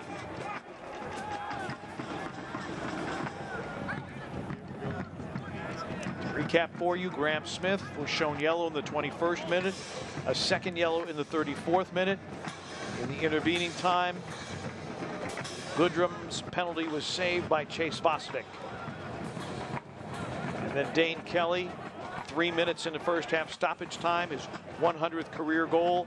That's how we get to this 1-0 scoreline. Just shy of the hour mark at AutoZone Park.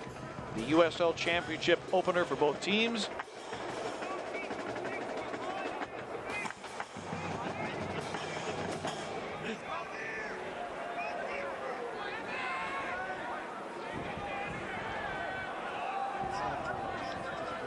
That is out to Memphis.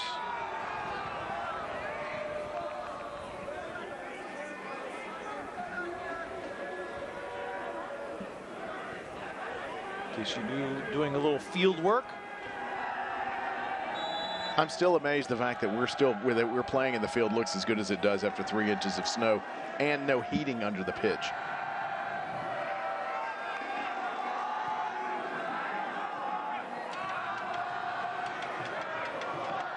Trying to get an opportunity here. Buckmaster chips it in. That's headed, but it goes just wide off the head of Derek Dodson.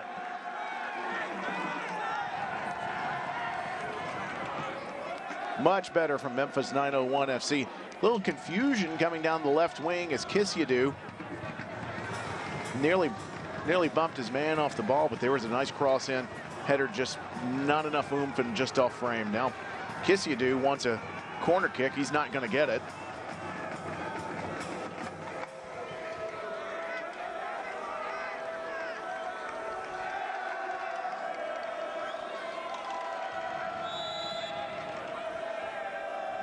And I think one of the challenges for Ben Pierman this year is to figure out who is the guy. Last year, everybody knew it was Kyle Murphy. Who's going to be the guy this year? Is it going to be Goodrum? Is he going to be the guy? Not going to see David Egbo tonight. He's another guy who can score goals. He's not in the 18 tonight. But the anticipation is that he will be. He's on loan from Vancouver. That's handled by Muse. He's going to slow this down just a little bit. We'll see if he'll try to flip the field. Just buy them some space.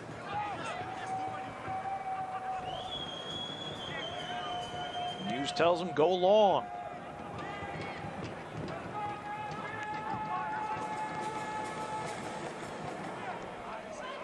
Kelly. And that's offside.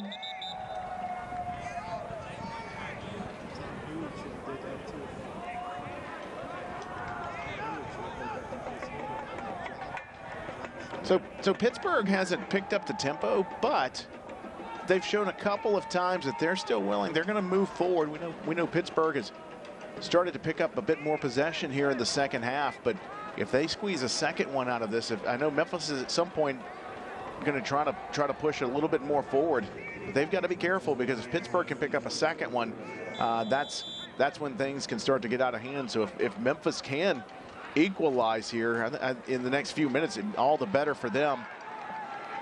But right now it's essentially, it looks like essentially a 4-4-1, or maybe a 4-3-2 at times, but really they're putting Dotson up top on his own.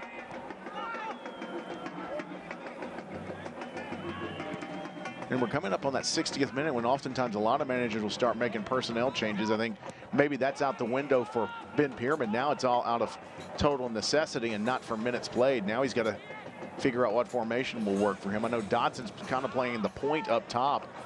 I think once we get maybe to the 75th minute or so, we may start to see maybe Devin Boyce start to ease up a bit more. Still would love to see a bit more offensively out of Kishidu. I think they've held him in check for the most part tonight. Obviously, heat and humidity are not a consideration tonight, but Ben Pierman telling us on Thursday that everybody's trying to get their fitness level where it needs to be. I don't know if fatigue is going to be a huge factor tonight or not. Again, Memphis dealing with a lot of injuries. Here's Kishidu. Kishidu, a shot from distance. Bosvik, an easy save. I think he had a couple more dribbles in him, and that was right at the keeper. Wasted opportunity for Memphis. As I think he heard footsteps. Look here, look as he's pushing in. I think even with Ordonez coming in, I think he's got a chance to cut to the left and maybe take another stride or two and force the keeper into a position outside of the middle of the goal. Boyce plays it back.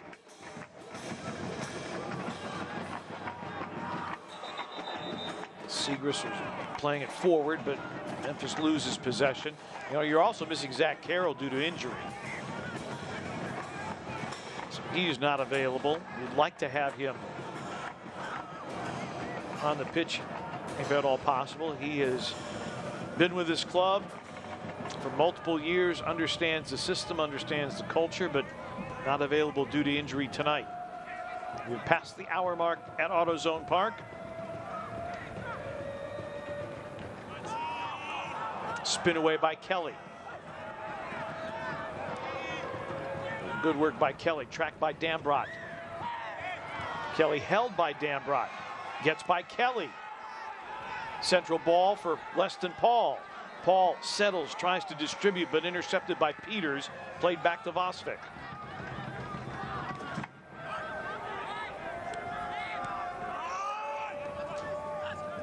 Settled and played forward. Buckmaster, as he's being tracked by Forbes, has to play it back to Muse. And we have a foul. This is going to go on Canardo Forbes.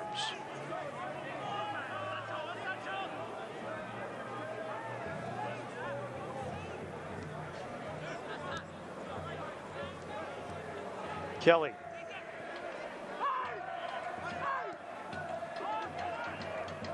Buckmaster plays it back to Muse. Bluff City Mafia continues to bang away on the drums, hopeful of an equalizer for the home side. Logue, intercepted by Ordonez. Quick throw in by Buckmaster.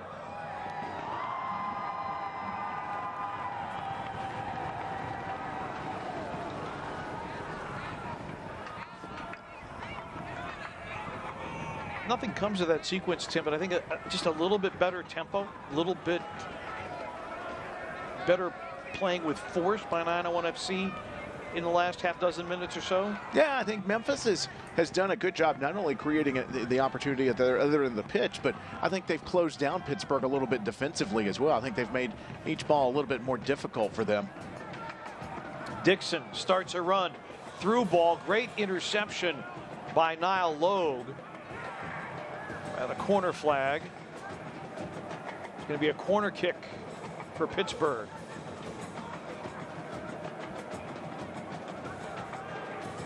That was good defensive work by Logue. That through ball had promise written all over it for Pittsburgh. Yeah, he had to get that right because he's sitting on a yellow card.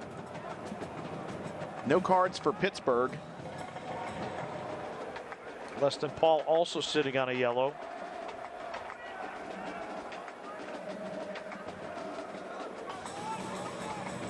Forbes, outswinger, headed and then chipped in. Another goal to the Riverhounds. 2-0. Cicerone, 16 a year ago and #1 tonight in the opener. And Pittsburgh opening up a 2-goal advantage.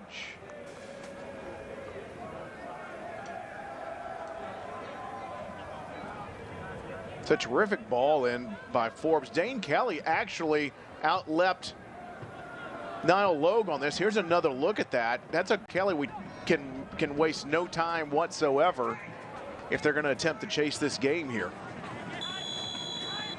Cicerone in the 64th minute to go along with Kelly in the 3rd minute of stoppage time in the first half. Their 2 stars have been stars tonight. Kelly a goal and an assist. Cicerone a goal.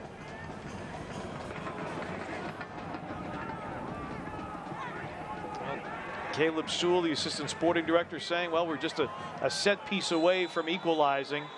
Unfortunately, the set piece and the corner kick by Pittsburgh results in a second Pittsburgh goal.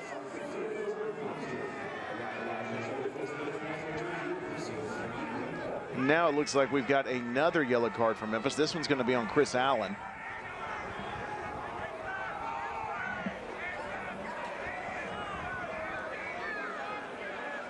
So 5th yellow card for Memphis tonight. But to be fair, Pittsburgh only has 5 fewer.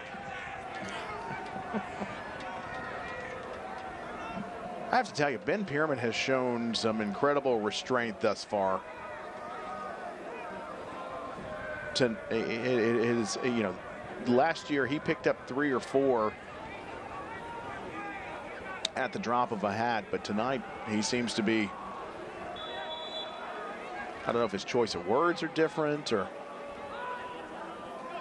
but not the opening night he was hoping for so far through 66 minutes. No. Playing down a man since the 34th minute of the match. Being awarded a penalty, not being able to convert it. It has been a rough night for the home club. But in fairness, you are playing one of the best clubs in the championship, with 2 of the brightest stars in the entire league in Cicerone and Dane Kelly.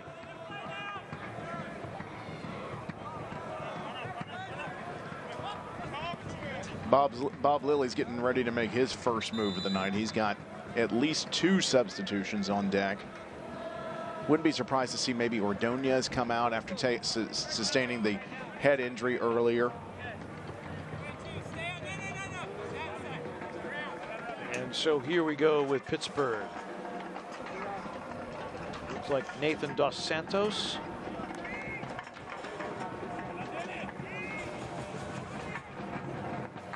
Out of Oakville, Ontario, Canada. So he is on and Dambrot is out. So 2 for 22, the numerical exchange. And Toby Sims, Englishman, the USL League 2 Defender of the Year last year, is on, and Ybarra is out. And we'll get a third here in a moment. Albert Dikwa is in, and Dane Kelly, his night is done. His bit of history made with his 100th career goal.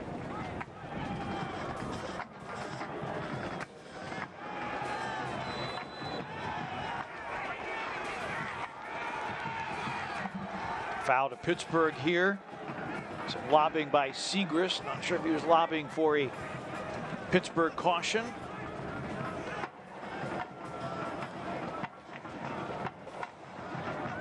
Allen lays it off, intercepted by Griffin.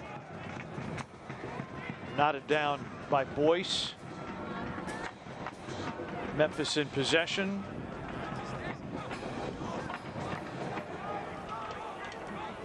Man down. Can they pull one back and not just let Pittsburgh go into cruise control? Down the touchline, Boyce.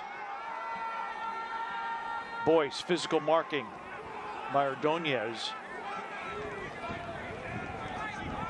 And Tim, was interesting to your point, Ordonez sustaining that cut on the head. He remains in. Paul. This is flicked on. Opportunity here. Crossed. Cleared. Oh. Chested down. Looked like a handball. They're going to say that that went to the Memphis player and there was no advantage picked up by Pittsburgh. That's why I think they're going to let that one slide. Dodson very unhappy with that turn of events. Paul. –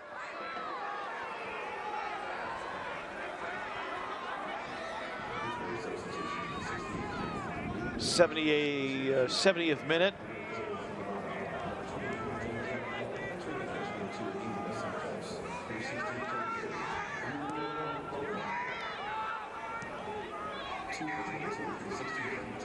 Good bit of possession by 901 FC here, but can they pay it off? Kissyadou marked by Forbes.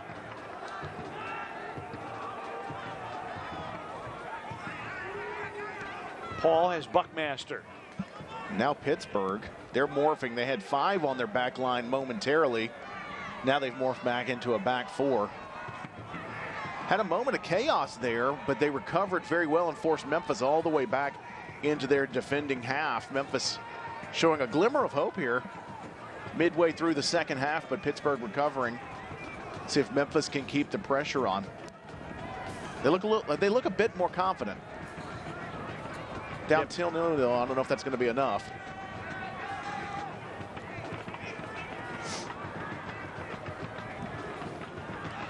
You knew this would be a stern examination for 901 FC to see exactly how they stack up against one of the better clubs in the championship. And so you have to take from this, regardless of the result, that's offside.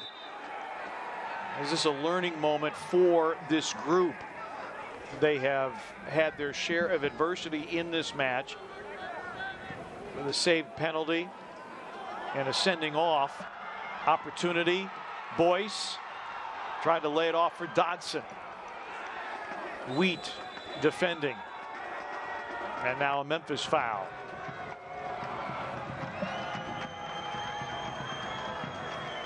The dummy by Dodson to even set that opportunity up was brilliant. Memphis not able to make anything out of that. But you are seeing some creativity and you are seeing some initiative from Memphis to try to get back into this match.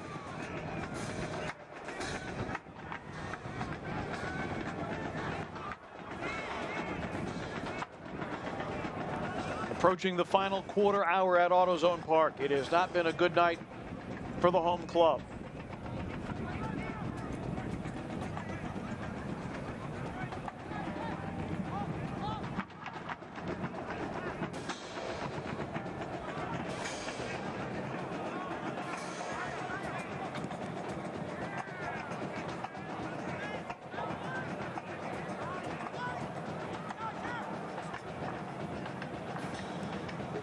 Kelly. Boyce.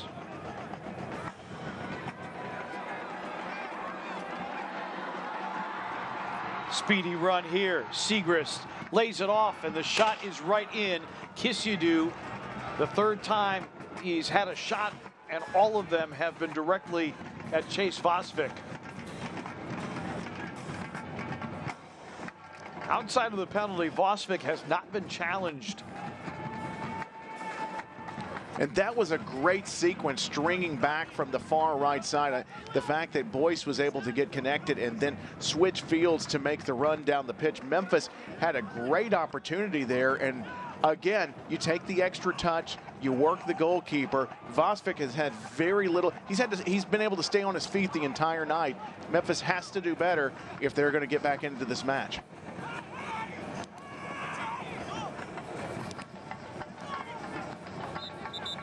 Vosvik with 4 saves and all of them with the exception of the penalty, have been fairly pedestrian. Well, even that one was down the middle.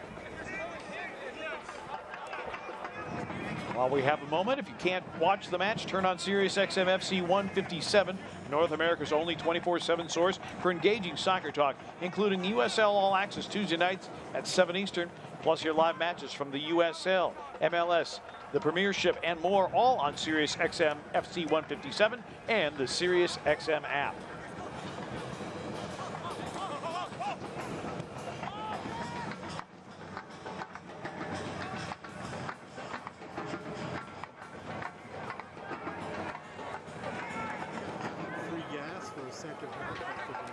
Trying to get it to Dequa, forward. Pittsburgh not dissuaded. Still playing it forward, not simply settling back. Foul on Dodson.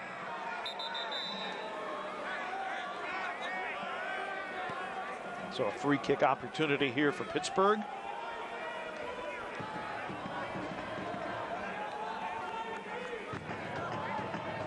Pittsburgh last year, 2 6-match unbeaten streaks and a 4-match winning streak. 17-8-7 last season.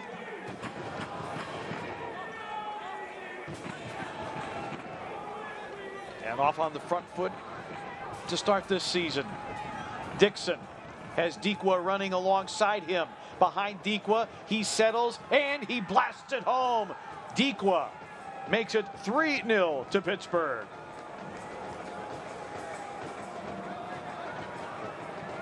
Dequa, 5 goals a year ago. Sends the visitors to a 3-goal advantage in the final quarter hour. The ball in was inch perfect.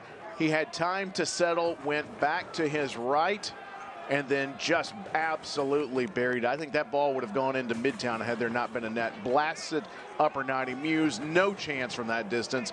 Dequa with a laser in the upper right-hand corner. And now Pittsburgh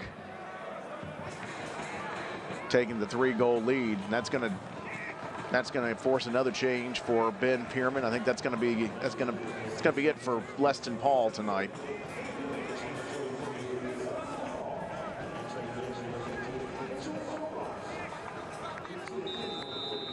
Mitchell Myers into the match. 23-year-old from Aiken, South Carolina, playing his first professional match. Played at South Carolina, then transferred to Wofford. So Paul is off and Myers is on. You would think 3-0. You would see Pittsburgh maybe start to close up shop under Bob Lilly. But with the number of substitutions they've made, I'm not so sure that's going to happen in the first match. I think you've got guys. He may let the horses run and see, okay, who are the guys I can count on? Who are my subs and who are guys that might sneak their way into the starting 11? I think he's still got a lot to learn, and I see no reason at this point when normally maybe in this type of match later in the season, you start to close things down. I don't see why they still don't try to do something really progressive offensively and take some shots downfield. No, Pittsburgh does not appear to be dimming the lights. And as much as you can sing the praises of Cicerone and Kelly, what a job Alex Dixon has done tonight. Yeah, he's been very good for the Riverhounds. And their defense, they've bent, but they haven't broken. I don't know how much we've learned about their keeper Chase Vosvik tonight, though. I don't think he's been challenged at all. And then Memphis with a giveaway. Forbes. Hounds are running. Dixon in space. Chips saved by Muse. Now you've essentially got a 3-on-7. He has to turn that back.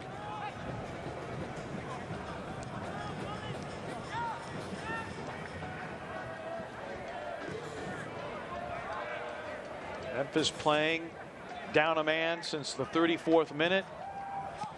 And Graham Smith was sent off with a second yellow card.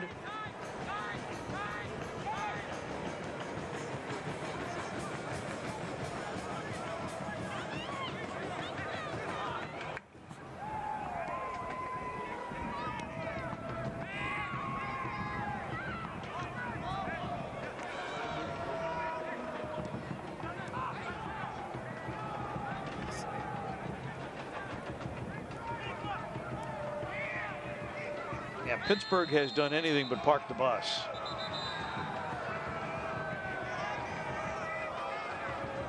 Kelly and Griffin not exchanging phone numbers or email addresses at the moment. No, and if Memphis has to be careful here. Now, Leston Paul is out. Chris Allen still on Niall Logue. You don't want those guys picking up a second yellow and then having to miss the next match against Oakland next weekend.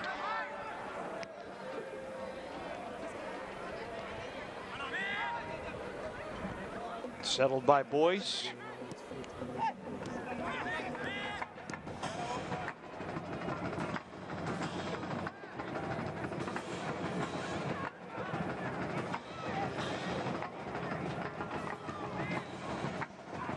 Oh, there's a nice pick off by Dodson. Kissidu chips it ahead. Well played by Peters. Kissidu trying to run it down, and a throw-in conceded to 901. Segrist. And that goes right to Vosvik.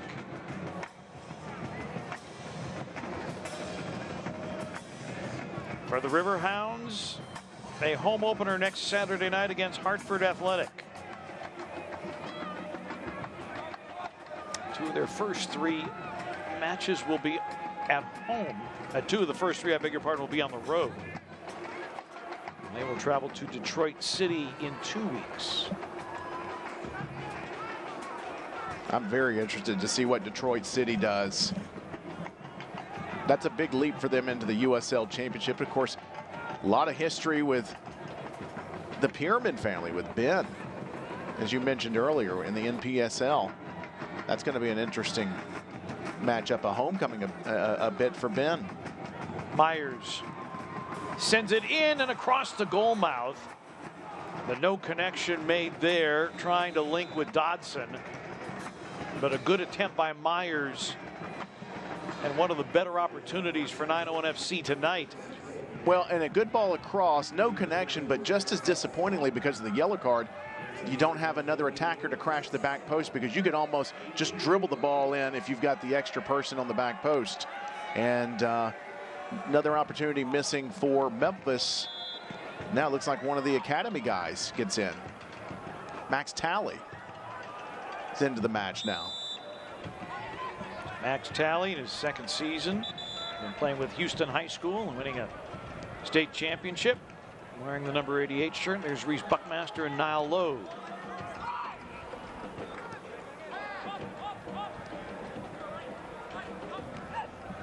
So Chris Allen out, Talley in.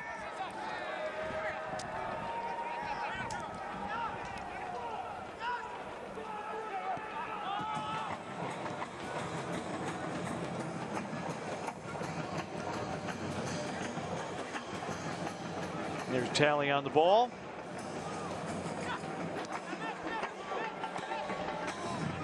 Myers. Again, no connection with Dodson. Jelani Peters, who has done a very good job. What size Jelani Peters brings to that Pittsburgh back line at 6'5". Big, physical, and they're a foul. All right, here's an opportunity for Memphis. Dead ball situation to the left of Vosvik's goal. The dead ball situation this close. It's the great equalizer for teams that are down. Now the question is, who will be on top of this ball? I see Segrist is on this, and Boyce. And if you're this close, if you've got a left footer, this is close enough where you can have a go at the keeper on this. You don't necessarily have to hit an outswinger just outside the 6. You want this far enough, either shoot at the goal or far enough away where Vosvik's got to make a long run and expose the goal. But notice he has nobody on the post. They're going to play an offside line at the 6. Segrist, back post. And the Hounds clear, and a Memphis foul. Good positioning by Dos Santos. Had that one out of trouble. Memphis was trying to get it to Mitchell Myers. Vosvik, who allowed just 72 goals in 73 matches with Loyola of Maryland, closing in on his first professional clean sheet. Angelo Kelly out of Ottumwa, Iowa, into the match, and Alex Dixon goes out. And a solid performance by Alex Dixon tonight. I think it's a tough call who their man of the match would be. I mean, Cicerone's been there. I mean, I guess you have to give it to Dane Kelly for the 100th career goal on a milestone. But as you mentioned, Dixon has acquitted himself really well tonight for the Riverhounds. I would suspect Monday morning, Bob Lilly's got to be pleased in the film room.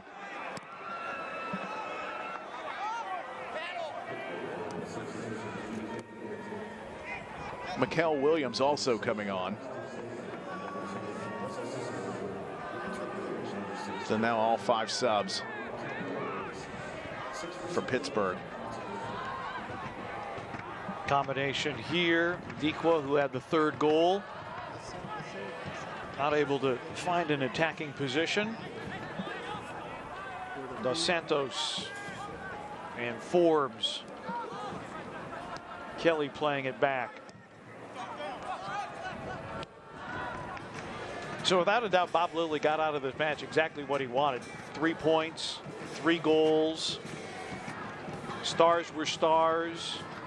Great performance by Dixon. Dikwa as a substitute getting a goal.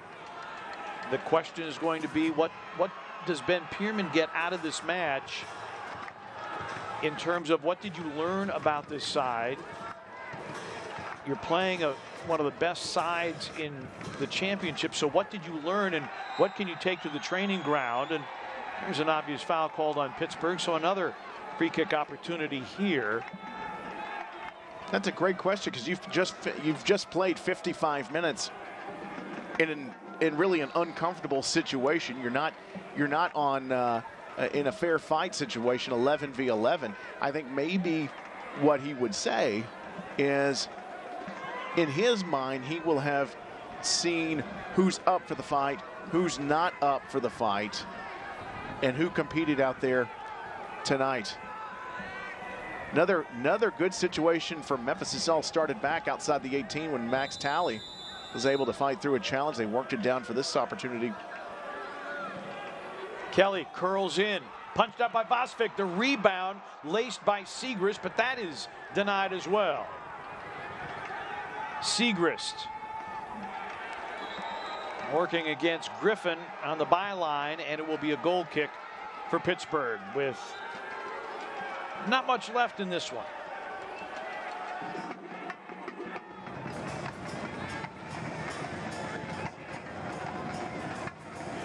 And that was a shot to the noggin that Kelly took. And to his credit, on the play, you're up by 3. The ball's in the box. The sly thing to do would have been to just stay down and get the whistle. He got up and continued to compete. So, to his credit, he got up and just finished out the play, and hopefully he's going to be okay. A couple of headshots.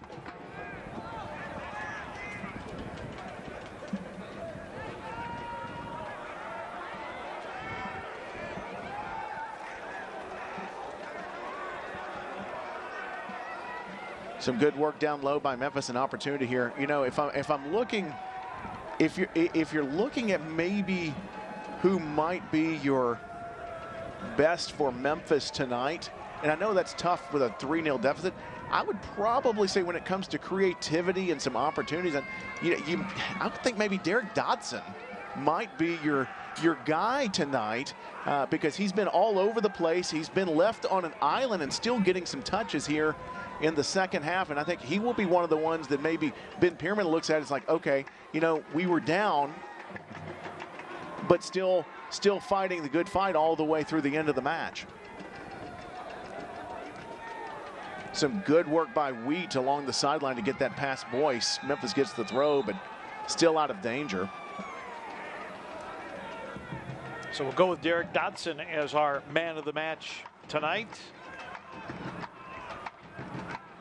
Coming out of Georgetown, 32 goals in 72 matches. I've seen enough tonight that I can't wait to see Memphis play 90 minutes 11v11 and have Derek Dodson and see what he brings to the table, and to see hopefully what Philip Goodrum brings to the table. Some, nobody wants their penalty save or to miss a penalty, but hopefully he can come back from that. And I think there are some attacking options when you've got an opportunity to show what you've got. Yeah, I'm excited to see what 901 FC will have with Goodrum and with Dodson. And again, we haven't seen David Egbo. He's not on the 18 tonight, but I'd like to see what he can get done.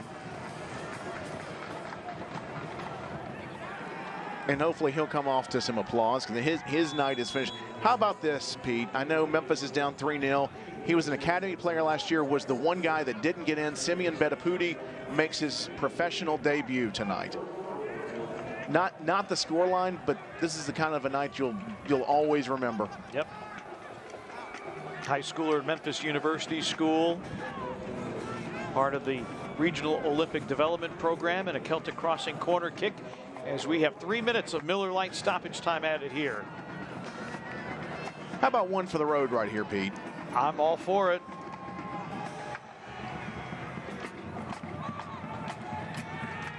Sent in and then cleared away. Siegrist with the service, but Pittsburgh has been good enough defensively tonight. Vosvik, as we pointed out, has not really been tested tonight. There will be better nights for 901 FC this year. Of that, there is no doubt. Combination here. Myers. Kiss you do, flaring it out. That shot rolls weakly through off the boot of Siegrist. And a goal kick for Chase Vosvik.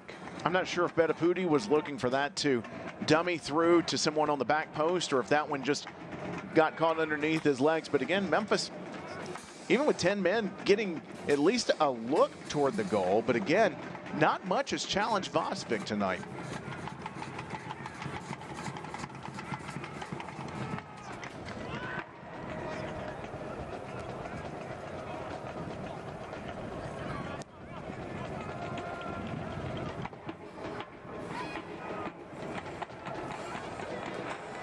That's what you want to see right there. 92nd minute, you're down by 3 goals, and you're slide tackling to keep the ball from going down on a through ball. Ben will like seeing those little things. Won't like the score line, but he'll like the fighting spirit. Yeah, the fighting spirit is something that he'll definitely like. I think there's been a brightness to 901's play in the last quarter hour or so. It would have been very easy after the Dikwa goal to hang your head and walk away. They did not do that. Not able to manufacture a goal to this point, but not for lack of trying. Takedown by Danny Griffin. Boyce will get back to his feet. Buckmaster restarts.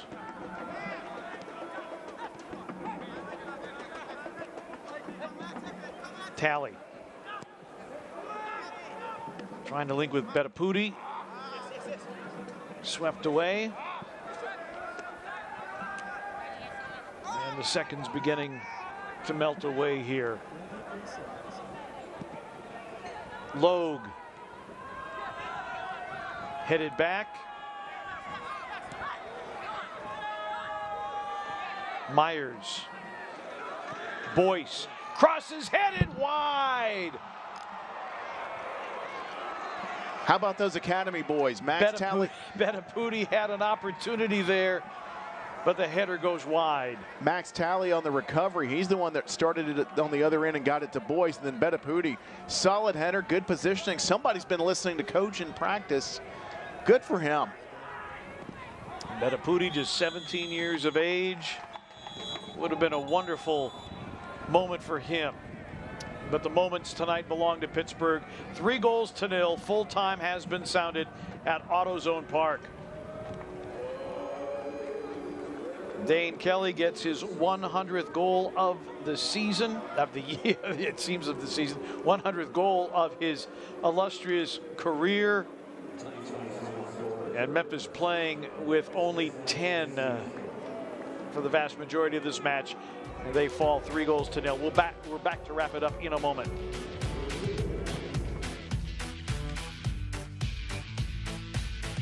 Mike Montesi listened to my car wreck nightmare story and said, rest easy. I know how to deal with this. I'm attorney Mike Montesi. When you've been injured in an accident, our job is to get you the maximum payout, and we won't stop until we do. Montesi solved all my money problems and my self-respect was back. I'm just proud Mike's my lawyer. It's easy with Montesi. Just rest easy and get Montesi. One call, that's all. Call 526-2126.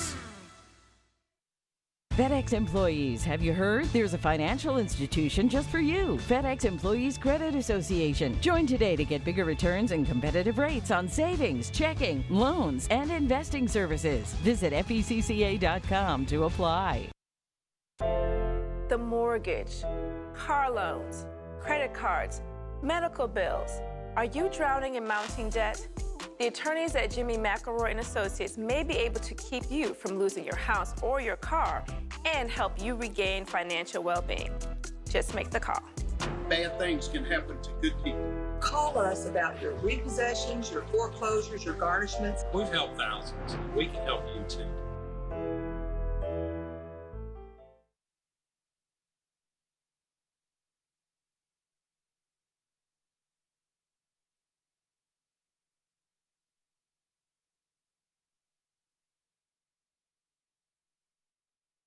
Yeah, because he said, hey, Tim, give me a man of the...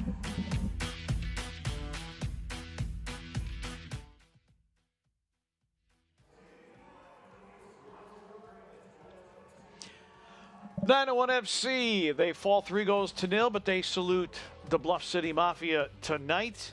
It was Dane Kelly in first half stoppage time, Cicerone in the 64th minute, Dequa in the 76th minute. Memphis 901 FC had a penalty in the 29th minute, but that was saved by Chase Vosvik, who gets the clean sheet tonight for Pittsburgh.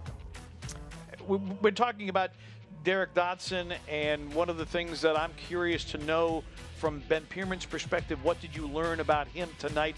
First match wearing Beale Street blue. Yeah, he's not afraid to go up against bigger guys. Had our first opportunity that Vosvik just outside the frame, had to go sliding for it, but one thing was Derek Dodson seemed to be in the right place at the right time, went to fight for the ball, and also knew when to lay off the ball to let another player play through. Unfortunately, when we were down to 10 men, we lost one of those players, and our options became a little bit more limited for Memphis tonight. Now Memphis with more shots, more on target, but none in the back of the net. Again, you see Graham Smith was sent off with his second yellow card, resulting in a red in the 35th minute. Not a lot to do in terms of corners. Memphis and Pittsburgh even on possessions. This match really turned in the first half, I thought, with the save penalty, and then with Smith being sent off.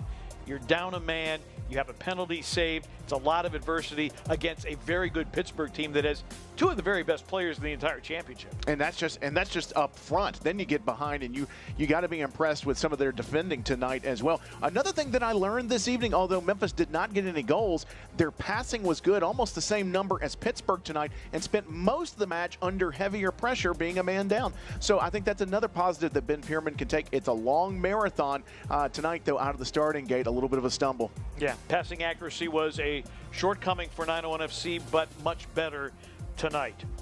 901 FC falls 3-0. They will be back home here at AutoZone Park next Saturday night to take on Oakland Roots. Of course, we'll have it for you right here on CW30 and ESPN+. For Tim Van Horn and the rest of our crew here at AutoZone Park, I'm Pete Pranica. Thanks so much for watching. Tonight, the Pittsburgh Riverhounds over Memphis 901 FC, 3-0. Good night from Memphis. This copyrighted telecast of the United Soccer League Championship cannot be retransmitted, rebroadcast, or reproduced without the expressed written consent of the United Soccer League Championship.